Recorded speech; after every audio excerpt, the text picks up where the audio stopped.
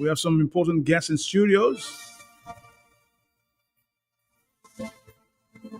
If it's on the block, we'll talk about it. This is the talk on the block.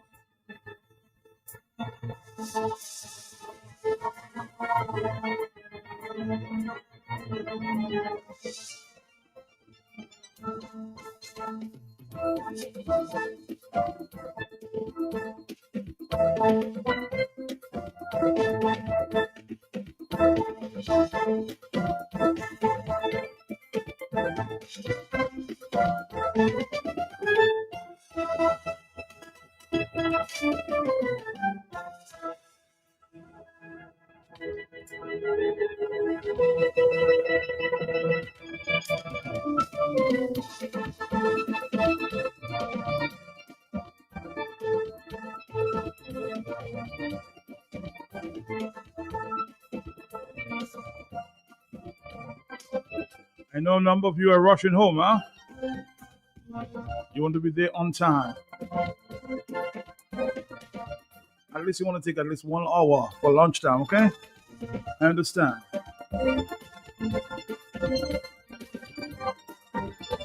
I know the police usually record, so start your recording going, okay?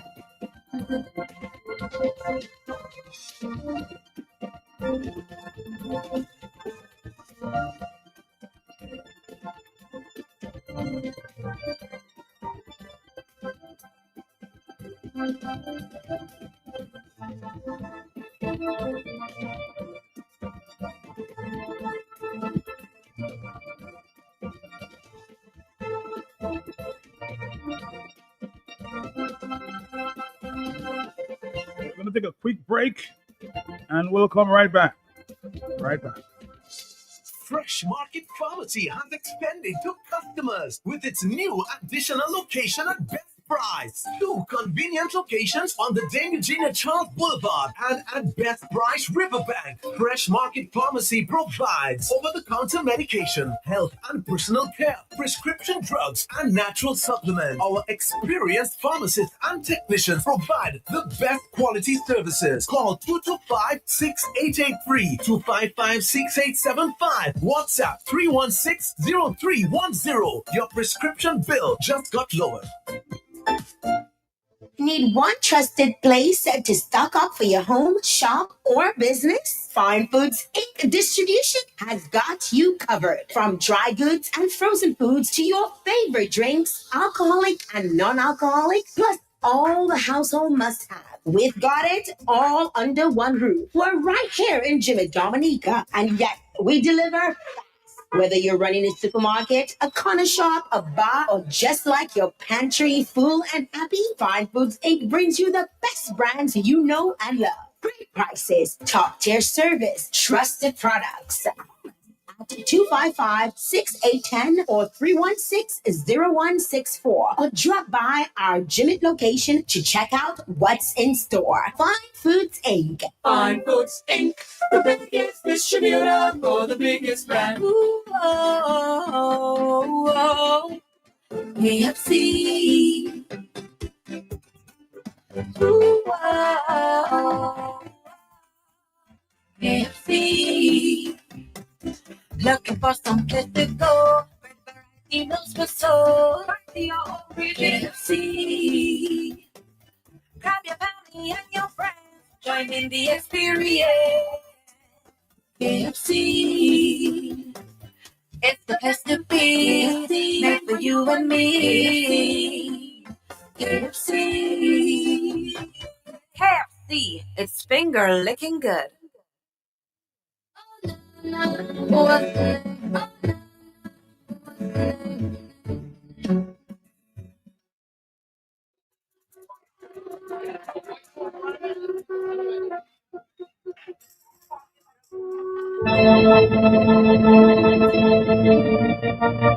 Dominica, good afternoon to you and welcome, welcome, welcome.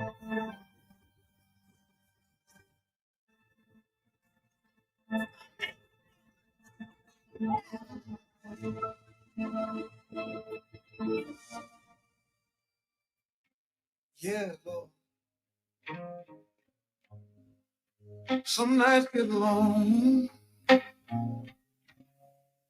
some roads get rough, but I ain't afraid, no, not tonight. 'Cause the Lord is my light,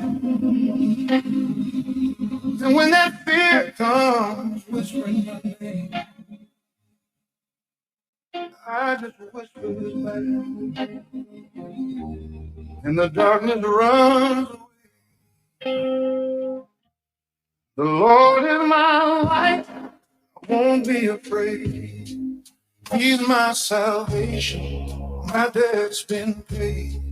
When the wicked rise, they stumble and fall.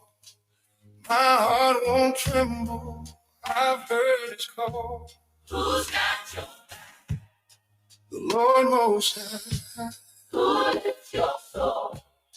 The same Most High. When fear comes in, I won't bow down.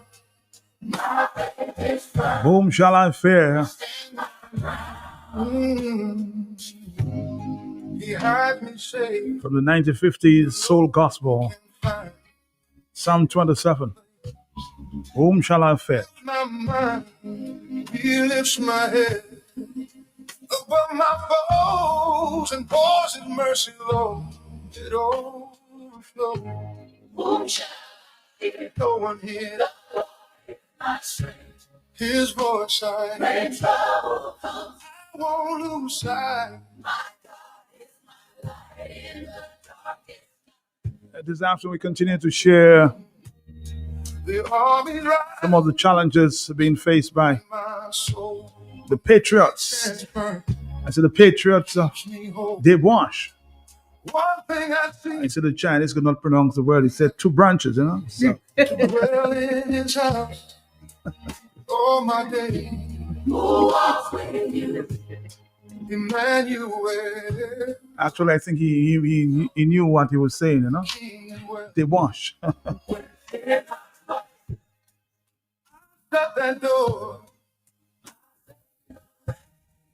So we're gonna dive right into the conversation. You know, we're here with My mother's gone. The Lord will take. Mr. Jerry Brisbane and of course Annie Edwards, former He still knows where I've been. chief of the planning division. In every storm. My peace. We're here to speak about some of the challenges being faced. Nobody. Truth is clear. This fire remains. My God, my force Two of these patriots are patriots standing for Desbois. reigns. Let me say good afternoon to, of course, Nancy and the others on the ground there. Bring it, Lord. People, the folks there, the Kalinago territory standing. Today, you're the strength of my heart, my holy God. So let's say good afternoon to Mr. Jerry Brisbane. Good afternoon to you, sir. How you doing? Good man, good man. Good? Well, yeah. Doing well? Yeah. Like, You're always smiling. why not? What do you want me to cry? Doesn't help, man. It Doesn't help? No. Okay. It doesn't help. Annie, how you doing this afternoon? How are you? Good afternoon to Matt and good afternoon to your listeners. I'm doing great. You know, she's one of the persons actually challenging this physical planning and development authority. And that case, I can tell you, will be tomorrow. See what will come for that one. Yes, tomorrow. Yes. Another tomorrow. big challenge, huh? Well, what's going to happen there before we start? What's going to happen at the Well, it's a case for judicial review Mhm. of the whole process for the international airport Okay. development. It's not about stopping the airport. It's the process that the government went through to Mhm. acquire the land and also the treatment of the people. All these things will be taken into consideration. All right. But So you know, I cannot say too much. I know you can't say too much before. It's And before. I'm the front, but there are Wesley people behind me and also Wave, all Okay. part of it. And we were lucky, I would say, to have a King's Counsel. His name is Leslie Thomas, Okay. who's going to be the lawyer on the case. All right. So there's a big one there. That's a big If you research Leslie, you could- you'll find out for yourself. So Jerry, let's jump straight into what's going on there with Dave Wash and some of the challenges that you face as we start the conversation. Yeah, Matt, before I even do that, let me again say good afternoon to your listeners. Okay. Technologies right now going berserk. Yeah. Before we do that, Matt, the last time when I came, and I would like to do it again because I think it's very important for people to understand the mission that we're on. And so the first time when I came, which time flies, Matt. It Yeah. was since December. I didn't realize that. Huh? Really? Yeah, since December. I mean, It I've seems like called yesterday. that's the whole point. So yeah, so a lot has happened. But before, as I said, we go into that. Let me just read this the mission statement because Okay. it is very important. It's what we remind ourselves of every single morning and day we get up. And that is spiritual awakening. That's what it's all about. It's a spiritual awakening. And last time I read again what it is we had put together, which is we're up against the challenge of spiritual warfare. And that is spelled WARFEAR, not FAR. Okay. The type of fear that is out of disrespect for our Creator, ourselves, humanity, nature. One that feeds hate, division, jealousy, anger, war, greed, selfishness, lies, destruction, complexity, and which places our spirit in darkness, bondage, and imprisonment. We need to break the chains of that spirit.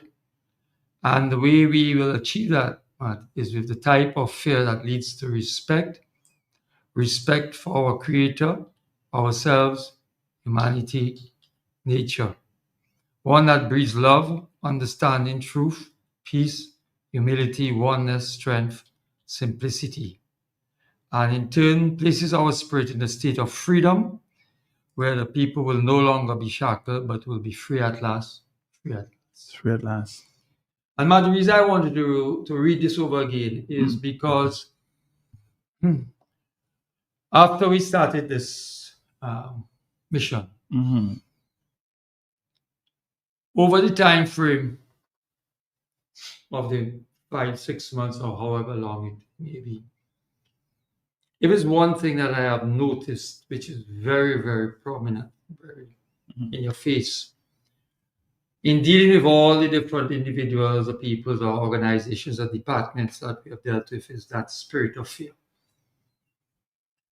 It is major. I never knew it was that bad. Where people fear want from to the people. assist. Yeah, fear. Fear because their spirits are in bondage. Which, again, it's partly their control to a large degree because we all have choices, we all make decisions. But again, understandably so, that, you know, by saying stuff, carrying out their works, or doing whatever it is, there are serious consequences in doing that. And very unfortunate because it's not how the society should, you know, be functioning, and even organizations and departments and whoever. Because you get a lot of people in the background, you know, supporting you doing this, that, but a lot of them will not want to show their face. Show their face, yes. Yeah, it's real. It's really, really real. And even in the departments, you know, that we have dealt with. Government. Oh, it's amazing. I mean, even the planning department. I mean, the people that are some of the nicest people that we have interacted with. Oh, I personally, no problems whatsoever. But you could tell that they want to do their work, but if they do it the way it should be done, it's going to be a problem. And that's real. It is real, Matt. It's not a fallacy. It's not fiction. I experience it all the time when we talk about some of these experiences. Yeah. And it's everywhere. Every single place. Yeah. And again, it's unfortunate, but as the mission statement says, that's what we need to overcome, is that fear. People need to break the shackles, break the bondage, break the imprisonment of their soul. And for me, Matt, personally, I mean, thank God I have been so blessed because I have been able to do that. Oh, it was a very long time ago. Even when I was in business, even when I knew the forces could come, which they did, they came against me with a heavy force. But the most important thing, I think, and that's the message I want to tell people all of that, is that if you allow your soul to be in that bondage, there is actually no purpose in living, as far as I'm concerned. what's the purpose? Yeah, you're alive, but you're spiritually dead. And that quality of life, if I dare Brisbane, and people who know me know that, how to live that way, I'd rather be dead, physically. Because there would be no purpose to life. And I'm sure Annie would share the same sort of thing. She worked in the planning, which is where we focus a lot of our attention on today. But there are other departments, other things, and other situations. So. Annie, why are you not fearful like others? I'm not fearful at all, and I would say, firstly, because I believe there's a God, and when you believe in God, you're not supposed to fear anything. And the other thing I have is that I worked, as I said earlier, on several occasions. I worked at the planning department for years, and administering the Planning Act. And I'm not a lawyer, but I understand the spirit of the Planning Act. Before this Physical Planning Act of 2002, there was a act which, so this one superseded it. Now, this act is the one which brought in the idea of environmental impact assessment and all those stuff. And I think the persons who drafted that act did it to protect our environment and to help us deal with some of the issues that we are now encountering today, like climate change and so forth. So we should not think of EIA as something that is preventing your development. It's something that once it's done properly, it will actually lead you to do a proper development. So that is what our focus will be today a lot. The whole structure within EIA exists, and just applying it to the issues that you face today. Jerry, that's not on your playlist, but I'm going to play this one. This is a recent song I delivered that I think is going to say, speak the message that you want to convey. This one there.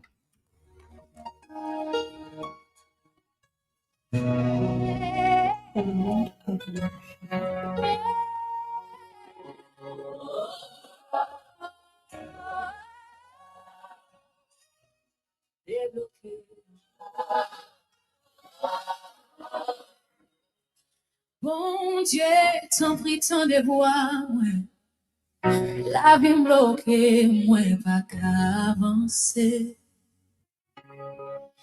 Toute porte fermée devant moi, moi besoin rien.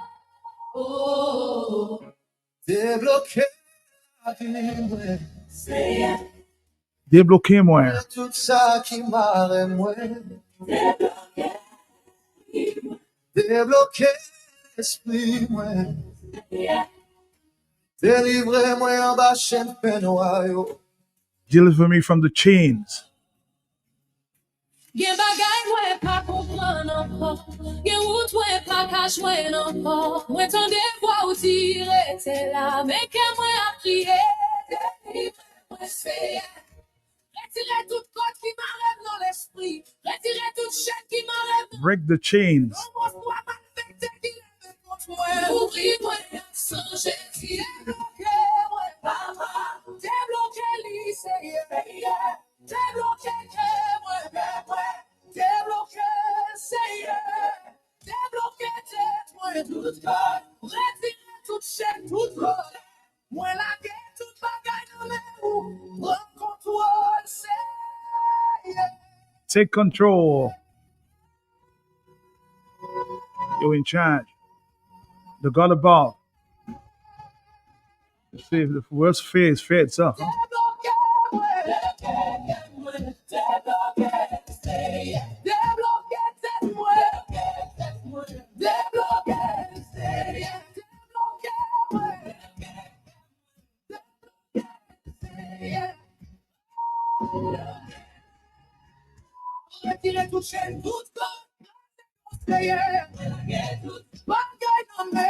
All the chains tie in this country. It's all in your hands to break the chains of fear.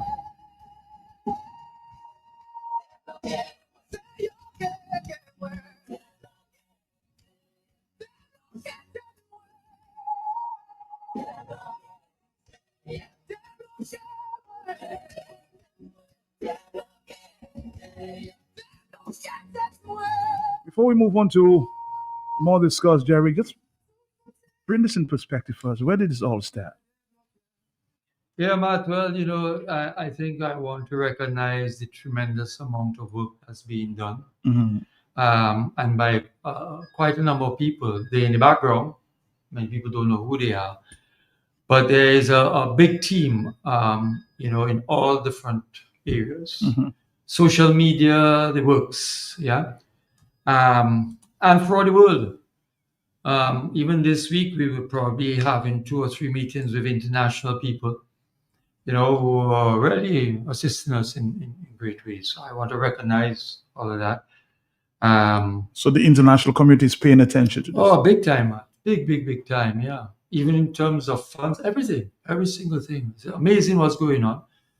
Because, I think people are recognizing the importance of preserving what they should have preserved before and did not in terms of their countries or whatever. And to a large degree, Matt, I feel, Dominica right now is so blessed. It's unbelievable.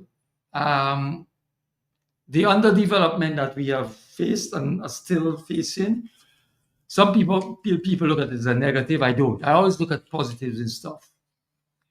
And it's not that I want us to remain, if you want to say, underdeveloped, but it affords us, to me, that great opportunity at this time that we can seize it and do it right. That's why I say it's a blessing. Learn from all these mistakes and these things that people have done in their countries, the destruction of their water, the forest, every single thing, and do things in such a way to balance and preserve, which can be done. Debash is a clear example of that, and we get into all of that as we move along. But besides that, Omar, I just want to come and give a timeline, pretty much, where we saw where the excavation in Debash started about July. July 8th is what we saw last year. So again, I just want people, because it's almost a year. I mean, we've been, so a lot of stuff has been going on. On October the 1st is when the Marigot and the Kalinago councils reached out for, to the government for information of the people, what's going on here and stuff like that. Then we had Gary post his first video on November 6th. Gary and General were working together. We had on November 23rd, where the Tuna Committee requested documents and different things and whatever else. On December 1st, there was the stop order that was issued by the Planning Division. Then you had where on the 15th of December, we had the night of celebration and education at the Baranaute. And what I'm pointing out, Matt, mostly is the activities that we personally have been involved in, because there are many, many other activities. On January 7th, you had where Nasio and his wife Helen had their stand for an IP also, not forgetting IP. They stand for Dewash. David also joined them. On January 8th, Gary and myself met with the chief planner, Nomi, again to discuss the whole situation that was taking place in Dewash. At that meeting, she advised us, when we requested documents, to write, and which we did. So we eventually got these documents on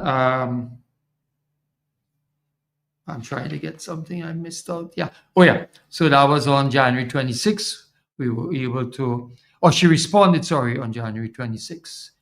And in that letter, she indicated that we were to pay $400 for the copies, which we did. Um, the Tuna Committee also, and the Marigot Council, and also the Canada Council wrote to on the 27th of January to the also planning division also.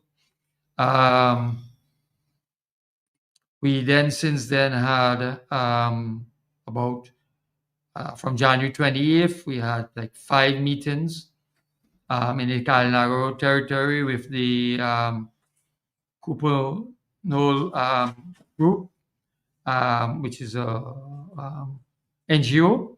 Again, all in effort to reach out, educate, because as you know, Matt, we said in the beginning that our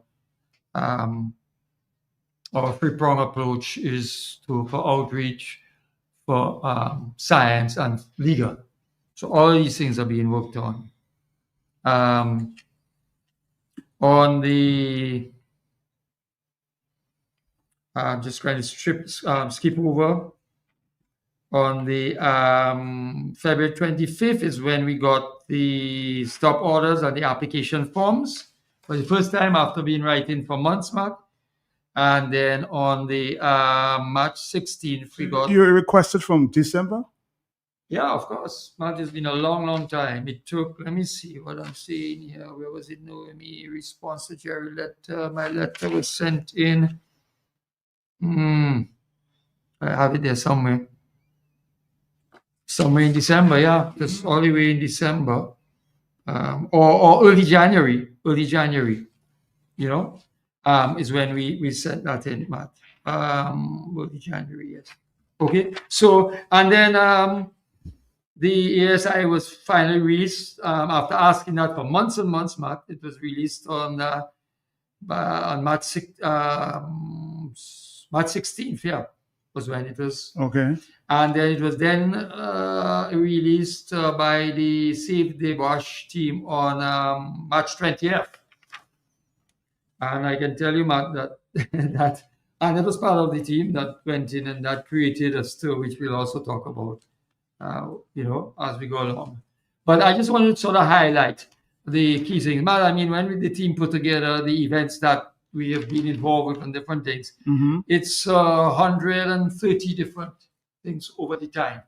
Whether it's meetings, there's all different aspects of the stuff. So there's been a lot of work in the background taking place to get to us today, to this day, and a lot of effort. It wasn't overnight. I just heard there a couple of days ago that the planning division got upset with you because you released that document, the EIA. What is your response to that? Well, that is really like shocking to me because they actually told us we will not be allowed to come back to planning for documents. But I know in the past what we would do when these documents are submitted. But before you get them, saying why did you decide to release that document? Well, it's a public document. It's a public document. Everything at planning, except for some information that might be private to the developers. Okay. Everything is public, you know. And it said the law actually states that it's public. And in fact, the planning department, yes, can make it public, but under the Planning Act, you're supposed to hold consultations and present the documents to the people, you know. So I'm trying to figure out why they actually should be in the Caribbean territory presenting the document, because most people cannot read these large documents, you know, and understand them. Thousands of pages? Thousands of pages? No, but 1,000. Man. Yes, it's a lot of huge documents. I mean, a person like me who has read these documents, I know what to look for, so you can skim through quickly. But a lot of people might sit and try to read that entire thing, and you'll never get through. And not in the past, you know, when I was there, what we would do is, if people come for copies, an officer from the department would go to the printers with that person, the printers print it, the person pays, and so you could make copies. yes, you go, you ask a copy, and you go and you pay for it. That's and what pay you for pay. it. That's all. But So I'm trying to figure out what is this about. But we need, because environmental impact assessment, it looks at the impact of the project on the people who live in the area, you know, and their natural resources. So people need to know what's in there, how this project is going to affect their lives. Could you take pictures? They told us we could take pictures. So we did that. We didn't. We only got an hour and a half, so we had to quickly take pictures of the documents and then put it together and share with other people. But what's so illegal about that? Let me share my experience with that, because it's very important. Yes. Because and he's talking more from the structurally planning thing. Yes.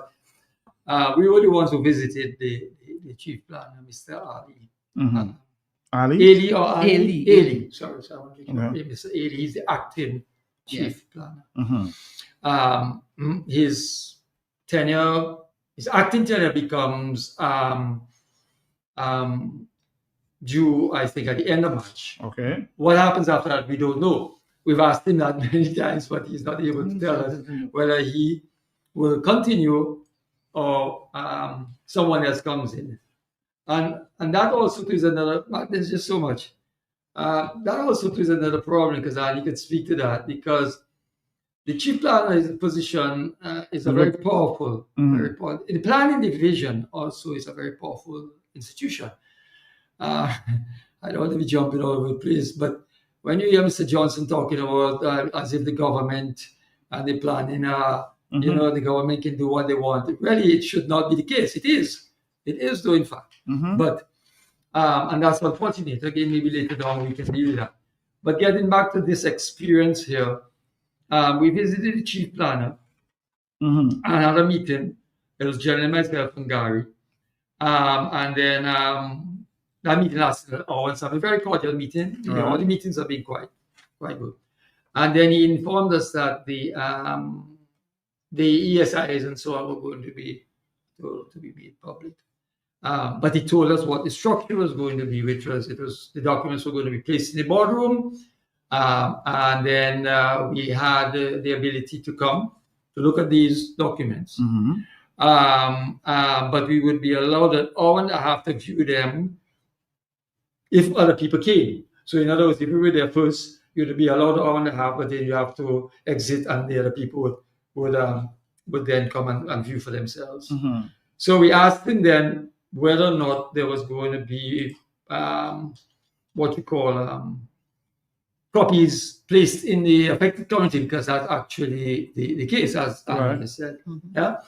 And not only just placed, but it has to be advertised in newspaper, and as you know, and the whole procedure. There's a whole process, man. But nothing of that has been followed. So we then asked him, well, would we allow to take pictures or screenshot or whatever else it is? And he said yes, there was no problem with that. So that was the Friday, I believe. The Monday came and it was going to be released. And obviously, knowing how the system works and not trusting it, Matt, which is unfortunate, because it's a failed system in every aspect. We put together a team to come in, and he was part of the team. It was about 6 of us, I think, and 6 of us, because we had our plan. You see, Matt, failure to plan is a plan to fail. So we came in plan. And we came in plan in the planning division. So here is it now. We came in there, everybody. We were the first. We made sure we were the first. And then we were allowed to come in. There's a young lady there sitting, ensuring everything is functioning, assisting, no problems at all. And we asked again, are we able to take photos? She said yes. So we started to screenshot. No, I am not in this technology, man. I learned how to screenshot. My daughters were there, whatever, my wife, everybody, they came. Gary, David was there, and so on. And then, so remember, 1,000 pages is not an easy process, right? So whatever. Anyway, I think when they realized what was going on, because the system was actually designed for that not to happen. Okay. That's a given. So we all were something, how could you even take pictures of that? And, and whatever else the cost be. So that was done. And when they saw we were making good progress, then one of the employees, again, very, very cordial and nice, came and said, well, we are going to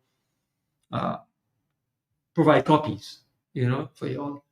I guess, again, that was another plan of theirs to store what was going on. Not the employee itself, but directives. You understand, a lot of directives are coming down. I will share that quickly.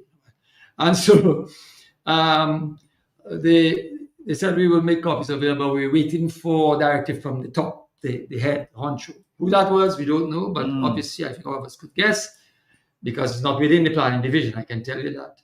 Anyway, so thankfully, we didn't take the bait, if you want to see, in a sense, and we continued our screenshot.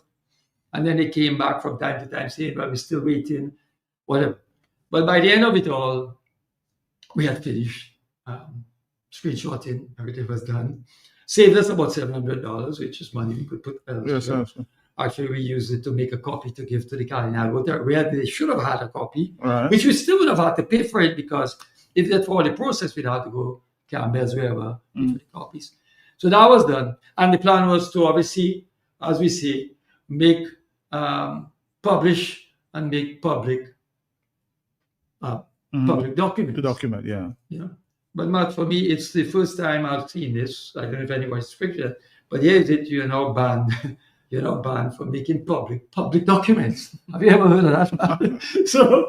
So anyway, just quickly to go in story. So it was after that was done, Gary and I had another meeting with the chief planner because of all the events that have happened with the people, Mr. Johnson coming out and saying, then, we saw activity going on and whatever it is. So we went to the chief planner to say, well, what's going on? And then Mr. Johnson came out in the public and said that they had got written permission. So again, based on how we operate, Matt. So where's the permission? So that's the whole point. So we go down to find out because based on how we operate, once we hear information, we go for the facts because we don't want to go out there and then tell people stuff and it's not true. Okay.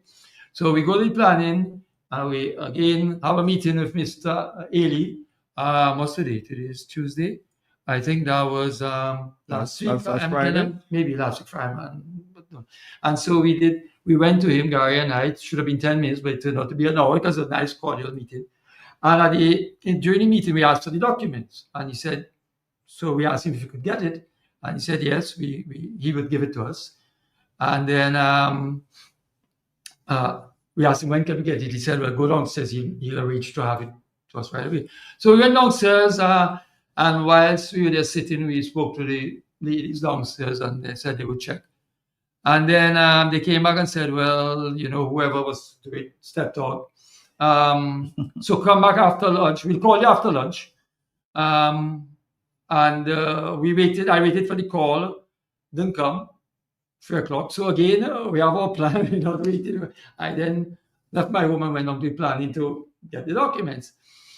And they told me to hold on a while. And then lo and behold, as I'm sitting there, Mr. Ailey comes in. And immediately my spirit sensed a different vibration. Okay. And I realized something was wrong. And then he said to me, they're not going to release any more documents to us. I said, why? This morning, everything was fine now.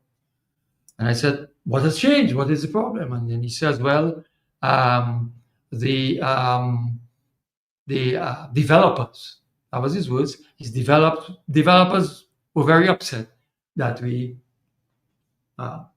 made these documents public. Right. I said, what? Developers? The guy couldn't believe. How is the developers controlling the planning from, because they already don't have that control. How are they doing that? And I asked him again, developers? And then he said to me, well, Mr. Josiah Benoit, who is the person who is the, what is he? Is the DI, but they call him environmental engineer for MMC. He called his name. And I said, oh? I said, well, Mr. Josiah Benoit is a very powerful person in this country, it appears. Right? And so, when I spoke to him a bit more and he was insistent that he wasn't going to give me the documents, I couldn't force it. We left. And then we decided, well, look, we're not stopping there. I think it was Annie, Annie, myself, and Gary, then went back into the office to then go to look at the documents again, which again, Matt, there is, if you want to call a notice saying that the public is free to come and from what time and everything else. Until in March 29th, I think it was? 27th, yes. Friday. And while sitting there, Mr. Ely came again and he told us that we won't be allowed to go in to see the documents. And we couldn't believe it. I mean, I think any future documents. Yeah, any future documents. So I think this is now set up because we are understanding now that they are planning to release the ESIA for the airport. That's what the information says. So it appears now they're making sure that these documents do not get out into the public. So they're putting them out, but they don't want them to get out.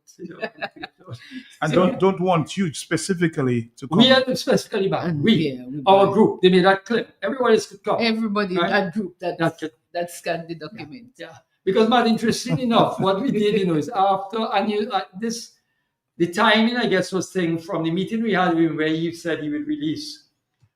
So the next day when, or the same day when I came down to say he wasn't going to release, the timing was such, Matt, that Gary then went out and blasted. That's when he blasted his what you call it, the document. Okay. And so I guess maybe I'm sure Mr. Josiah Benno and them saw that document in the public.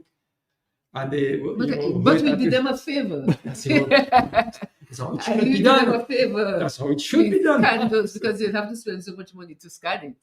We scan them free of charge and distributed them. So I really cannot understand that. So we have been banned for making public documents public. Well, why are they so upset? Well, not because what the time when we go to deceive. Because they know that the documents in themselves. And the documents are very deficient. Very deficient. Extremely deficient. And that's why, and not only deficient, but lies. Because even the Kalinago chief came out publicly at our thing on Saturday and said, because in the document it claims that there was consultation, and there was never any consultations. So there's a lot of deceit, deception. And once you're down that road, and that, you're not in the light. That is why again our mission is to bring all that. I found funny that following that meeting that you were scheduled to have on Friday, the Chinese ambassador made a statement to the press, and not the press that they addressed was KIREFA and GIS. So not even DBS. No, DBS. Maybe DBS was there. DBS was there, but I haven't heard them speaking to the issue. Okay. But Kyrie, of course, released that statement on Sunday afternoon. Right. Yeah, we'll come to that later on, Matt, because we have a section on that we deal with. But it's, as I said, we're bringing the darkness out into the light. So, and we're happy when these people talk. Oh, the more they talk, the better. So keep talking, keep doing stuff, because when these things happen, Matt, then it sends us now to find the truth. And in trying to find the truth, we are getting stuff we never knew about. So we ourselves are being enlightened even more and more, and that's why we're here to share knowledge with people, Matt, so that they can make that choice whether they want to continue to live in the darkness or they want to be in the light. So we're not telling anybody what to do. We're simply just sharing information. But it's a serious web of deceit. Let's take one from Nancy Fontaine. The truth I'll reveal.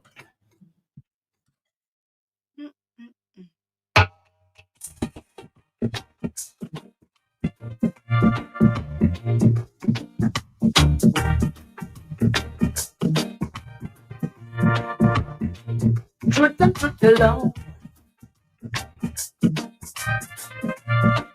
For the truth will reveal you.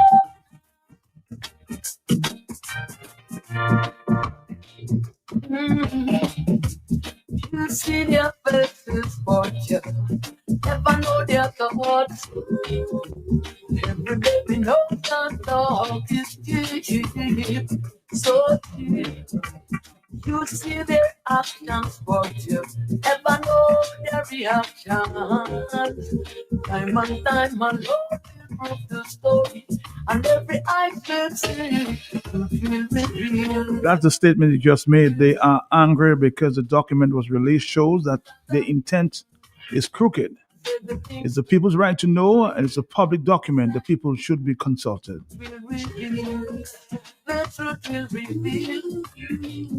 And you have the right to take pictures. Big up, Kerry Brisbane.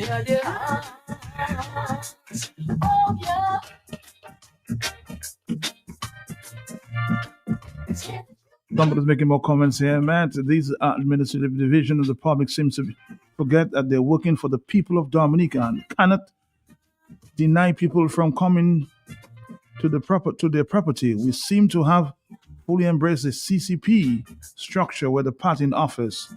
You're talking about the Chinese government, huh? In office states that the people are their subjects, huh? But you and I know that looks at it, say, here you stand. Still waters run deep. So watch it up, you're running steep. And one time my love will prove the story. And every eye will see. The truth will reveal. The truth will reveal. Things that are hidden. Everything that I'm high, I keep down in Babylon. Truth will reveal. The truth will reveal. Before I get back to you, Annie, let's just take a phone call, make it interactive. Hello, talk to me on the telephone. Are you there? Yes? Yes, good afternoon, sir. You will not get the truth from your administration. They're not truthful people. They have been lying to the people of Dominica from heaven. They will continue lying to the people of Dominica because the people of Dominica love their lies. And as far as I'm concerned, the bloody Chinese are controlling that country because they want to have a base close to America. Take it from me. I believe that. Thank you. Thank you. Now, Annie, let's help us understand the structure of planning. Okay. I think the best way to do that is to read it out from the actual law. Part 2, Section 4 of the Physical Planning Act says that for the purposes of this act, there shall be a physical planning and development authority for Dominica. The Development and Planning Authority, the Development and Planning Corporation, incorporated by the Development and Planning Corporation Act of 1972, is hereby established as the Physical Planning and Development Authority. And herein in this act are referred to as the authority. So what it's saying there is that now we have this Physical Planning and Development Authority, but before it, there was what you call the Development and Planning Corporation. Okay. And it goes on to say that, so some people might not understand. So although they say it's an authority, it's actually made up of solely a board. And the board is appointed by government, but it has a lot of senior positions there, like the chief engineer, chief architect, senior development control officer, director of lands, the chief physical planner, of course, and then you have representatives, the chief agricultural officer. So it's a number of chiefs on it, and then you also have representatives from the Engineers and Architect Association. And it says that this authority shall be responsible for the implementation of the policies framed by the minister, and the authority shall, in accordance with directions of a general character, which may be given by the minister as to the policy to be followed in the exercise of its function. So the authority is really under the minister. So when policies are made and so on, the authority is responsible for this. So obviously there is a distinction between the authority. Then it goes the authority and the minister. Now it goes on to say a chief physical planner who shall be a public officer shall be appointed to exercise and perform the duties specified in the different subsections. The chief physical planner shall be responsible to the authority for the administration and operation of the system of planning for which this act provides. The chief physical planner shall be the secretary to the authority and the chief executive officer. The chief physical planner shall sign and issue all development permissions, refusals, or development permission, compliance notices, and other documents authorized by the authority. You read a line that I just wanted to repeat as it relates to refusal. Can you repeat that? Okay, so the chief physical planner shall sign and issue all development permission, refusals of development permission, compliance notices, and other documents authorized by the authority to be issued under the provisions of the Act. And the chief physical planner has the powers conferred upon him or her by this Act and the duties that is required by the Act or by the direction of the authority to perform. So what it says here, the chief physical planner is who is responsible for everything planning in Dominica. And that's why this is a very powerful position, and the instruments of that position come down directly from the president, just as the chief of police and all these other people. That's a very powerful position. Yes, it's very powerful. So that's why, for instance, the former chief, we heard that she was given 3 months. A chief physical planner has to get maybe if you're acting still minimum a year. Because you undermine the power of the authority of the person when you give the person 3 months, 6 months. So that's why this position is very, very important. Just quickly to come in, Annie. Mm-hmm. You see, Matt, the whole system has been undermined over the years. And even starting from what I understand since the Freedom Party days, where instead of appointing people, which is what it should be for a 3-year period or something. Yes, that's the ideal. Right? Yeah. 3-year period. People were then, positions of that nature were started to be put on contracts. Mm-hmm. Mm-hmm. And today this leadership in government has taken this and run wholesale with it, because I'm understanding to Ali that even PSs are now being put on contracts rather than so the authority is undermined. Yeah. And so the authority now, Matt, is undermined, and the people are afraid to act in the way that they should act, because again, a contract, as you know, allows for an exit clause where they could terminate them at any point in time. So that issue where you have Jaiziah Benoit going into planning and directing the chief physical planner. This is illegal. I mean, they should have called the police. Of course. I mean, it's unheard of. No, that doesn't happen. Yes, it's unheard of. I mean, I sat there. I'm trying to amazed. Yes. I said, what? And I don't remember anything like that happening. I mean, you submit your document to the planning department. Once it reaches the planning department, they take control. Yeah, you have no control over it. Control. But you see now, Mark, that obviously based on the system and how it's operating, that's where the whole system is breaking down. It's not breaking down. It's broken. So it's that's totally why broken. Certain people, like Mr. Johnson, say planning is government and government is planning. But they can go ahead and say that now, because of the how broken the system is. But Martin, is no surprise, because I remember, you may not remember, but I remember when I started in the beginning with you here, 12 years, 14, I don't know, 15 years, quite a while. And even at that time, I remember saying to you that for me, right, Dominica had become a failed state. And the reason I made that point even then, for me, is because for me, I consider failed state one where a citizen does not have that trust and confidence in the institutional organization supposed to protect the citizens. So for me, that was the case even then. So you can well imagine now, it's just totally gone berserk. Let's take a phone call quickly because somebody wants to participate. Hello, talk to me. Yes, good afternoon, Matt, and to Mr. Brisbane and Annie. Yes. I just heard somebody speaking about PSCs being put on contract. Well, I can tell you directly that this was something that was tried by Eugenia Charles. And Mr. Kenneth Richards pushed back because almost all the PSCs had already signed agreeing for that.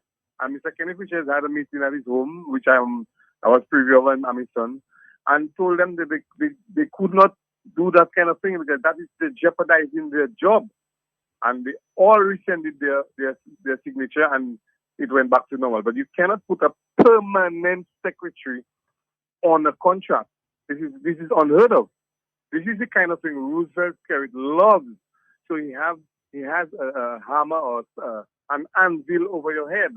Anything you do, he drops it. This is one of the things why Mr. Brisbane is now saying that we are a failed state, because everything is being controlled by him, and he can tell you what he wants to do and make you do whatever. That is happening at this junction and continuing. Good afternoon. Good afternoon to another telephone call. Yes, quickly, please. Hello? Yeah, hello? Yes, hello. Yeah, good afternoon, Jerry and Sister Annie and others. I think this continuance proves exactly why we have to take a different approach to dealing with this government. Jerry's been talking for 12 years, maybe more. And he's the same thing going through the same stress of a whole bunch of people. We have to reach a point where we have to disengage from the government and deal with the government through the processes of the law.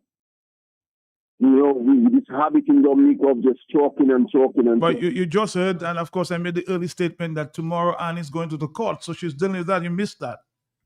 Yeah. Well, I'm sorry I missed that, but I'm saying not just for Annie and them, but for the people. We have issues in the country, and this constant speaking the government is a waste of time because this government is not concerned about us.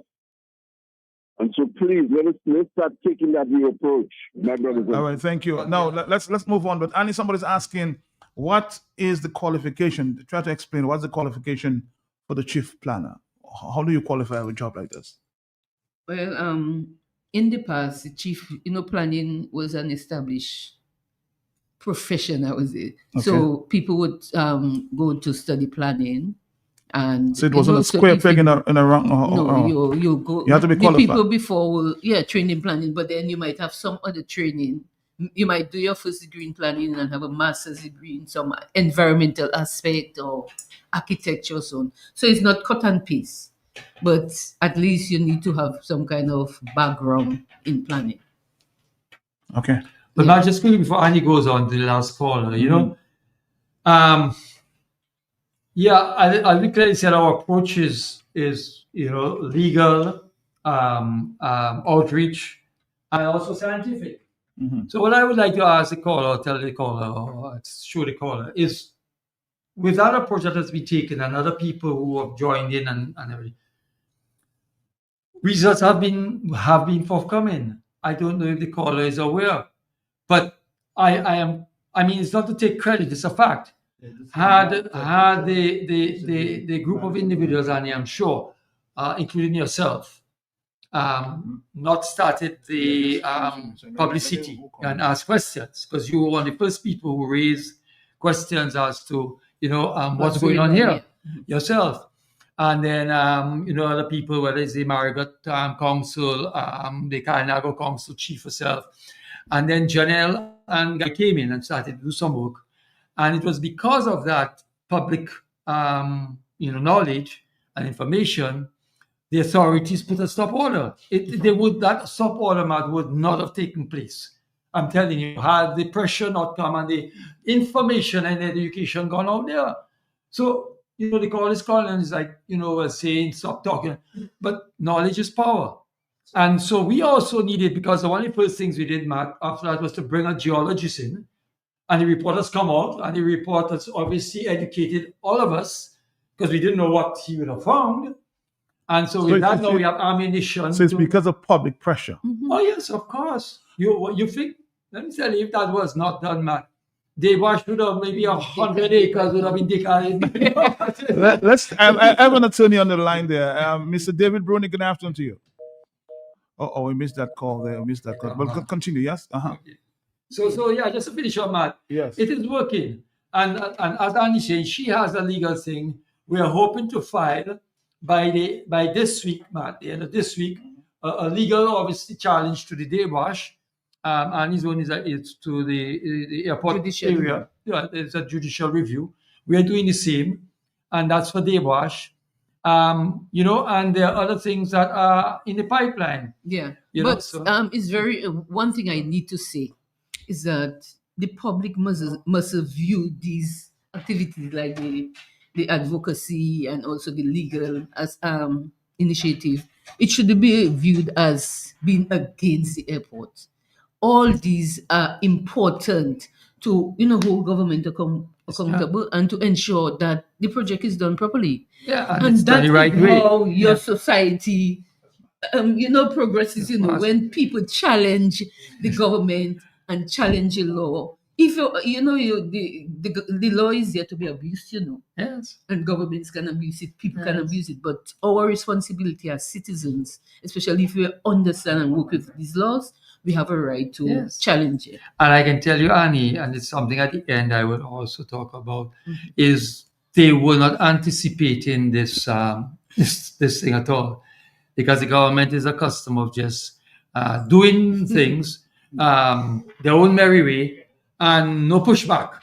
Very little pushback, or pushback in the way that we have done this thing, Matt. Because as I'm saying, this is not just a vai. This is a very coordinated, organized group of many individuals who are involved in this. Yeah. The call from David Bruni. Mr. Bruni, you've been observing what's going on. Yeah, man, it's something I'm trying to understand. Copper is a really valuable it's a valuable item. If it is correct that there's this store of copper in this part of Dominica, surely the people need to be informed, and then the people need to make decisions about what happens to their land. There shouldn't be any kind of secrecy or whatever. It should be open. There should be open consultation in the way that oil is found in Saudi Arabia, for example. The people are aware of the resource, and it is utilized for the common good of the country. It shouldn't be that foreign entities can just come in and be taking over parts of Dominica, mining, and with the people left in so much ignorance.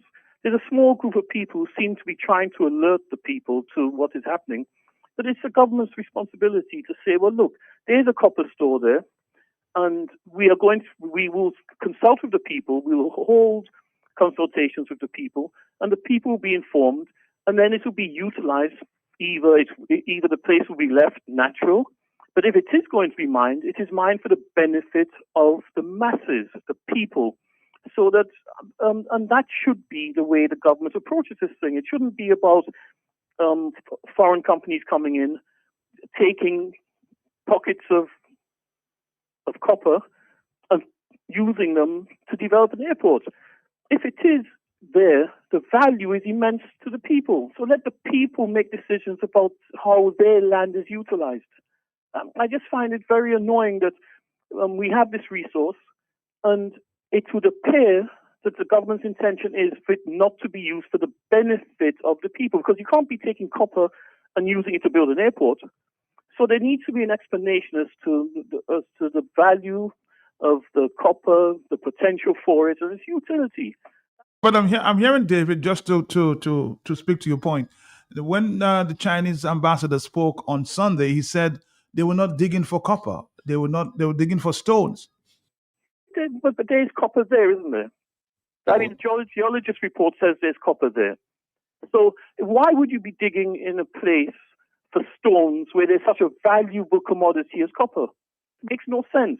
So if there is that valuable copper source, well, stop the digging, because that copper source could enhance the people of Dominica financially. We see how the problems we're having. We need to know exactly what the benefits of that copper source is.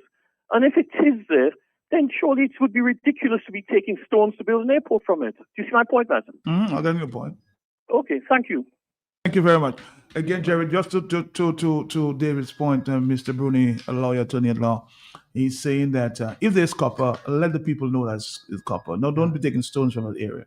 Yeah, well, that's the point, Matt. And because, we'll again discuss that tomorrow as we go along. Yeah.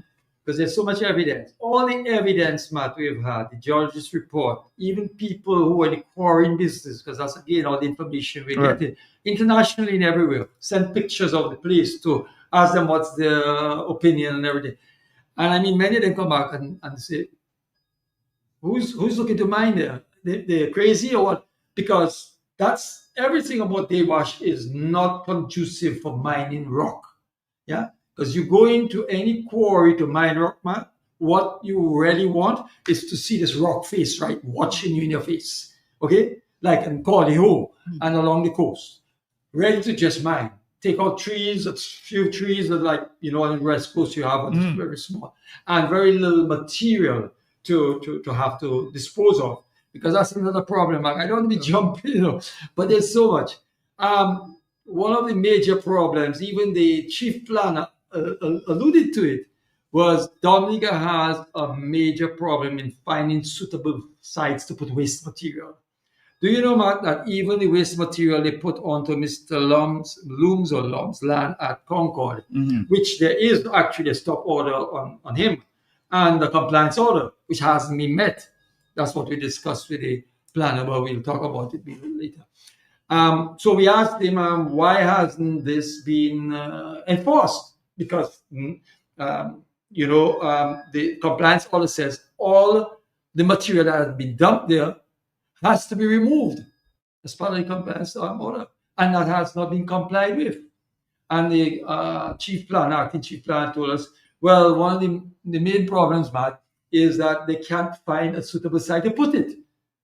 And now it blew my mind, because I'm saying you can't find a suitable site to put a small amount of stuff like that, but you're going to take out tons and tons of stuff at Dewash. Where are you going to put it? Well, I'll tell you what the document says. The document says that the ESIA, that there are 2 dump sites. One in Concord, which I think is Mr. Loom's site, and the other in Londonderry.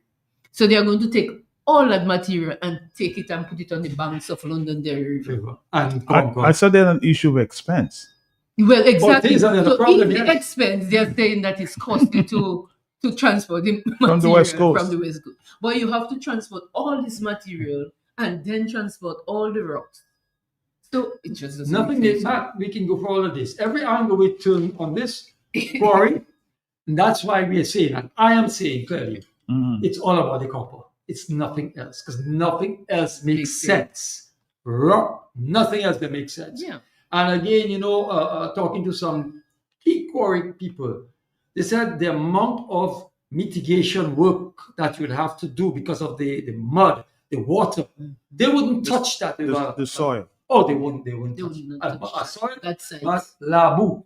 Because by the time they start, we walked up there, and whenever it rains, if we walk where the roads have been cut, right, and nothing has been put on them yet, but your foot just sinks down at least probably 8 inches into that. Yeah. And once water hits that, the Northeast is very, very known for. And they're struggling so much already to even contain the little stuff they have done, man, I can tell you. And if you see the disaster of, you don't want to be jumping, but at the same time, we're on the topic. Chinese are putting a piece of cloth in front of a drain to try to hold that silt. I'm sure if you show a young child, 8 years, 10 years, that they laugh. Because it's really. So what is it that they're trying to pick up from that cloth?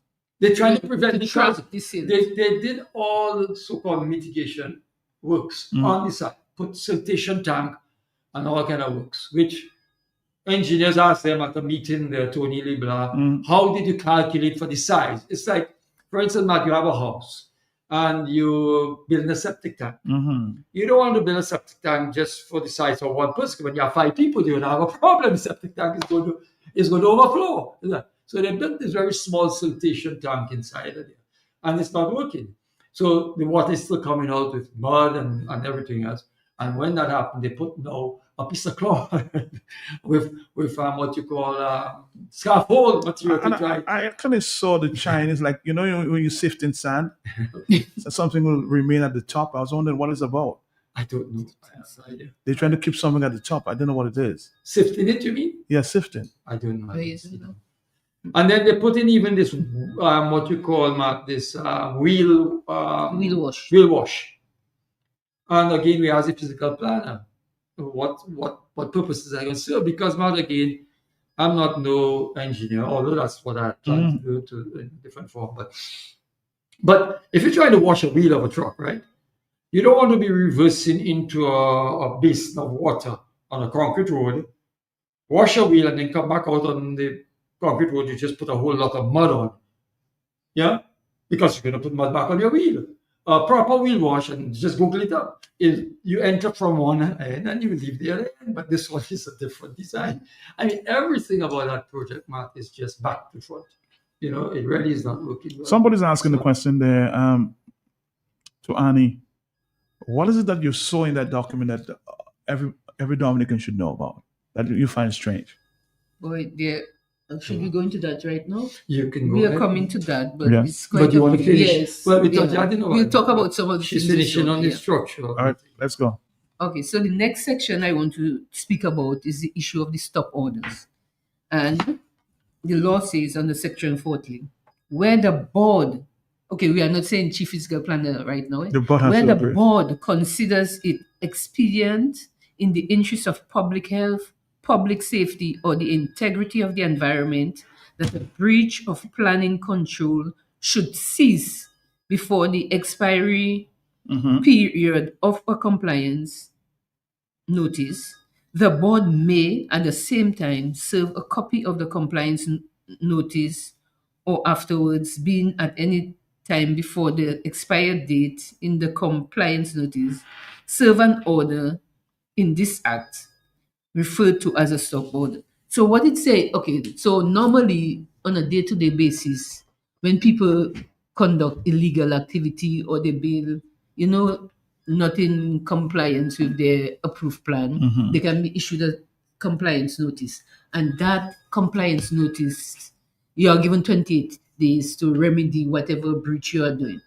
But what a stop order tells you that if there is a threat to public health, public safety, or the integrity of the environment, the board of the physical plan division or development and planning authority has to, or may issue what's called a stop order. And when that stop order is issued, it takes immediate effect. So that's why with the compliance notice, you also see the stop order attached, because they go together. And it's immediate, and the people are supposed to stop immediately. Is it the chief planner that issues the stop order? Yeah, that's a good question. Or she gets directly from the board? No.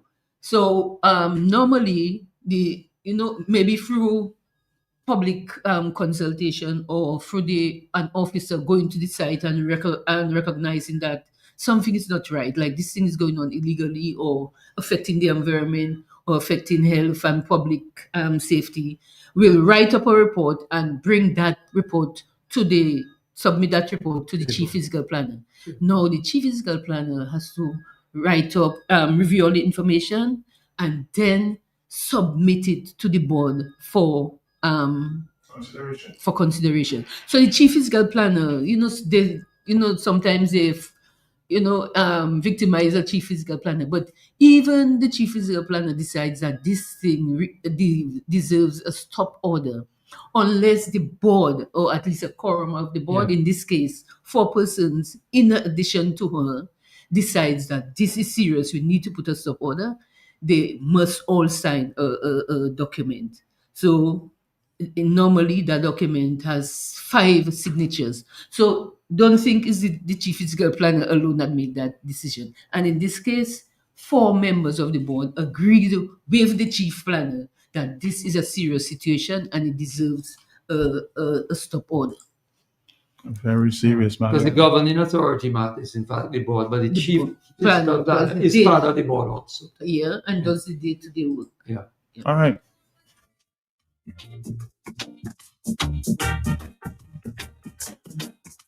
Let's try to make it interactive and see if we can get a 1 or 2 calls. The calls have been coming in. Hello, talk to me, yes?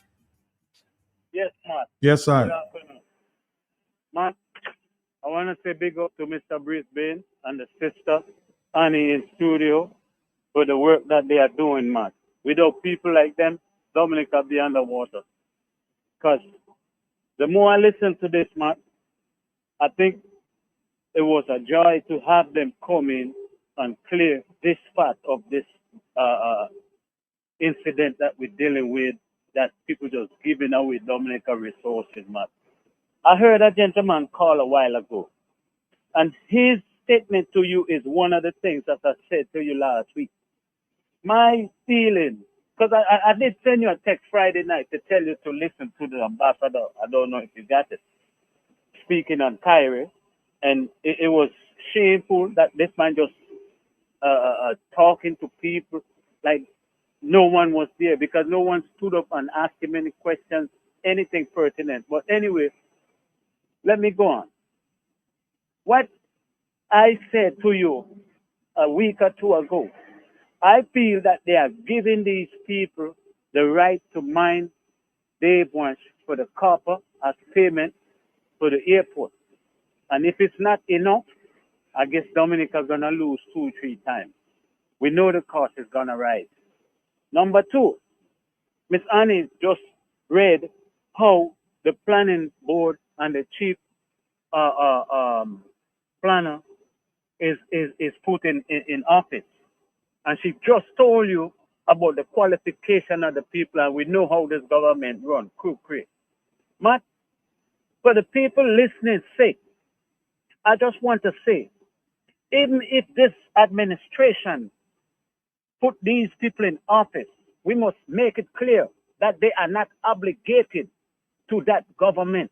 Because that gentleman you had in there last week, well, it's the planning board is government, and government is the planning board. And by Matt, that was really reckless of that brother. And he's well educated. And he said something like that. Then after that, he came back and said, well, you know, some people, just because if you're local, people don't like you, you ain't good enough because foreign, you know, muddy water. All these things are useless in an argument like that, Matt, because it's the future of the country, the ecology of the country. But this country has lost too much. The country has lost a lot of what you call wetlands in Portsmouth area. The country has lost Layu River. The country is losing all kind of areas. The river by the airport and all these things. And these guys have ill intent towards the people, man, to just disregard natural beauty like that and just destroy it. Things that take eons. Man, the country took many years, thousands of years to evolve to where it's at. And I love what is taking place right now. Mr. Brisbane, I never know you were such a lion, man. When they shut your store down, I think, my brother, you just took it lightly and you just fade out. And I heard you in an interview and say, well, you know, it wasn't a big deal for you and how you felt. But now I know you have a lion heart. And Miss, what her name? In studio with you, the lioness. To you people, I want to say big thanks to you all. And the people of Dominica must never forget what you all are doing. And they should be real thankful and stop complaining and crying, because Mr. Brisbane just make a statement. Matt, building new structures and concrete and shiny buildings, that is not progress. That is not development. We must understand that, Matt. What Dominica has, many countries in the world wish they had it. And somebody trying to tell me, even I heard the Chinese ambassador made a reckless statement, but China is very responsibly environmentally, Matt. The Three Gorges Dam. The Three Gorges Dam they build in China, Matt, can be seen from outer space. And I will tell you what scientists have found, the recklessness of that Three Gorges Dam. It tilt the world, the global sphere, Earth sphere, that it throw the time off some degrees of a second, Matt. And these are the reckless things they do. They just build a dam and they flush out the place and bury their own people, structures, farm, building, everything, part of their history, man. And if these people do that to their people, imagine what they do to people who look like me. You know, I just want to leave that with our people, man, because sometimes we take things lightly and we don't participate. Mr. Brisbane and Miss Annie, I put my 50 cents on the line last week to support what y'all are doing. And if there is more, in the future, I will, because I want to know that if I come to Dominica one day, I will never regret for not saying something and not putting my little 50 cents in the work that y'all are doing, because it's shameful of me to call Matt and speak like I do and not partake. I'm listening, and thank you again, Matt, and thank Mr. Brisbane and Annie and all those in support, my brethren Nasio, David, and everybody, and all those who stay in foreign and want to call and curse people up and go on Facebook, not man enough to stand up and see what is going on and don't see nothing wrong with that. That's for them. But I'm not going to stay quiet, man. Thank you. Thank you. The truth shall reveal.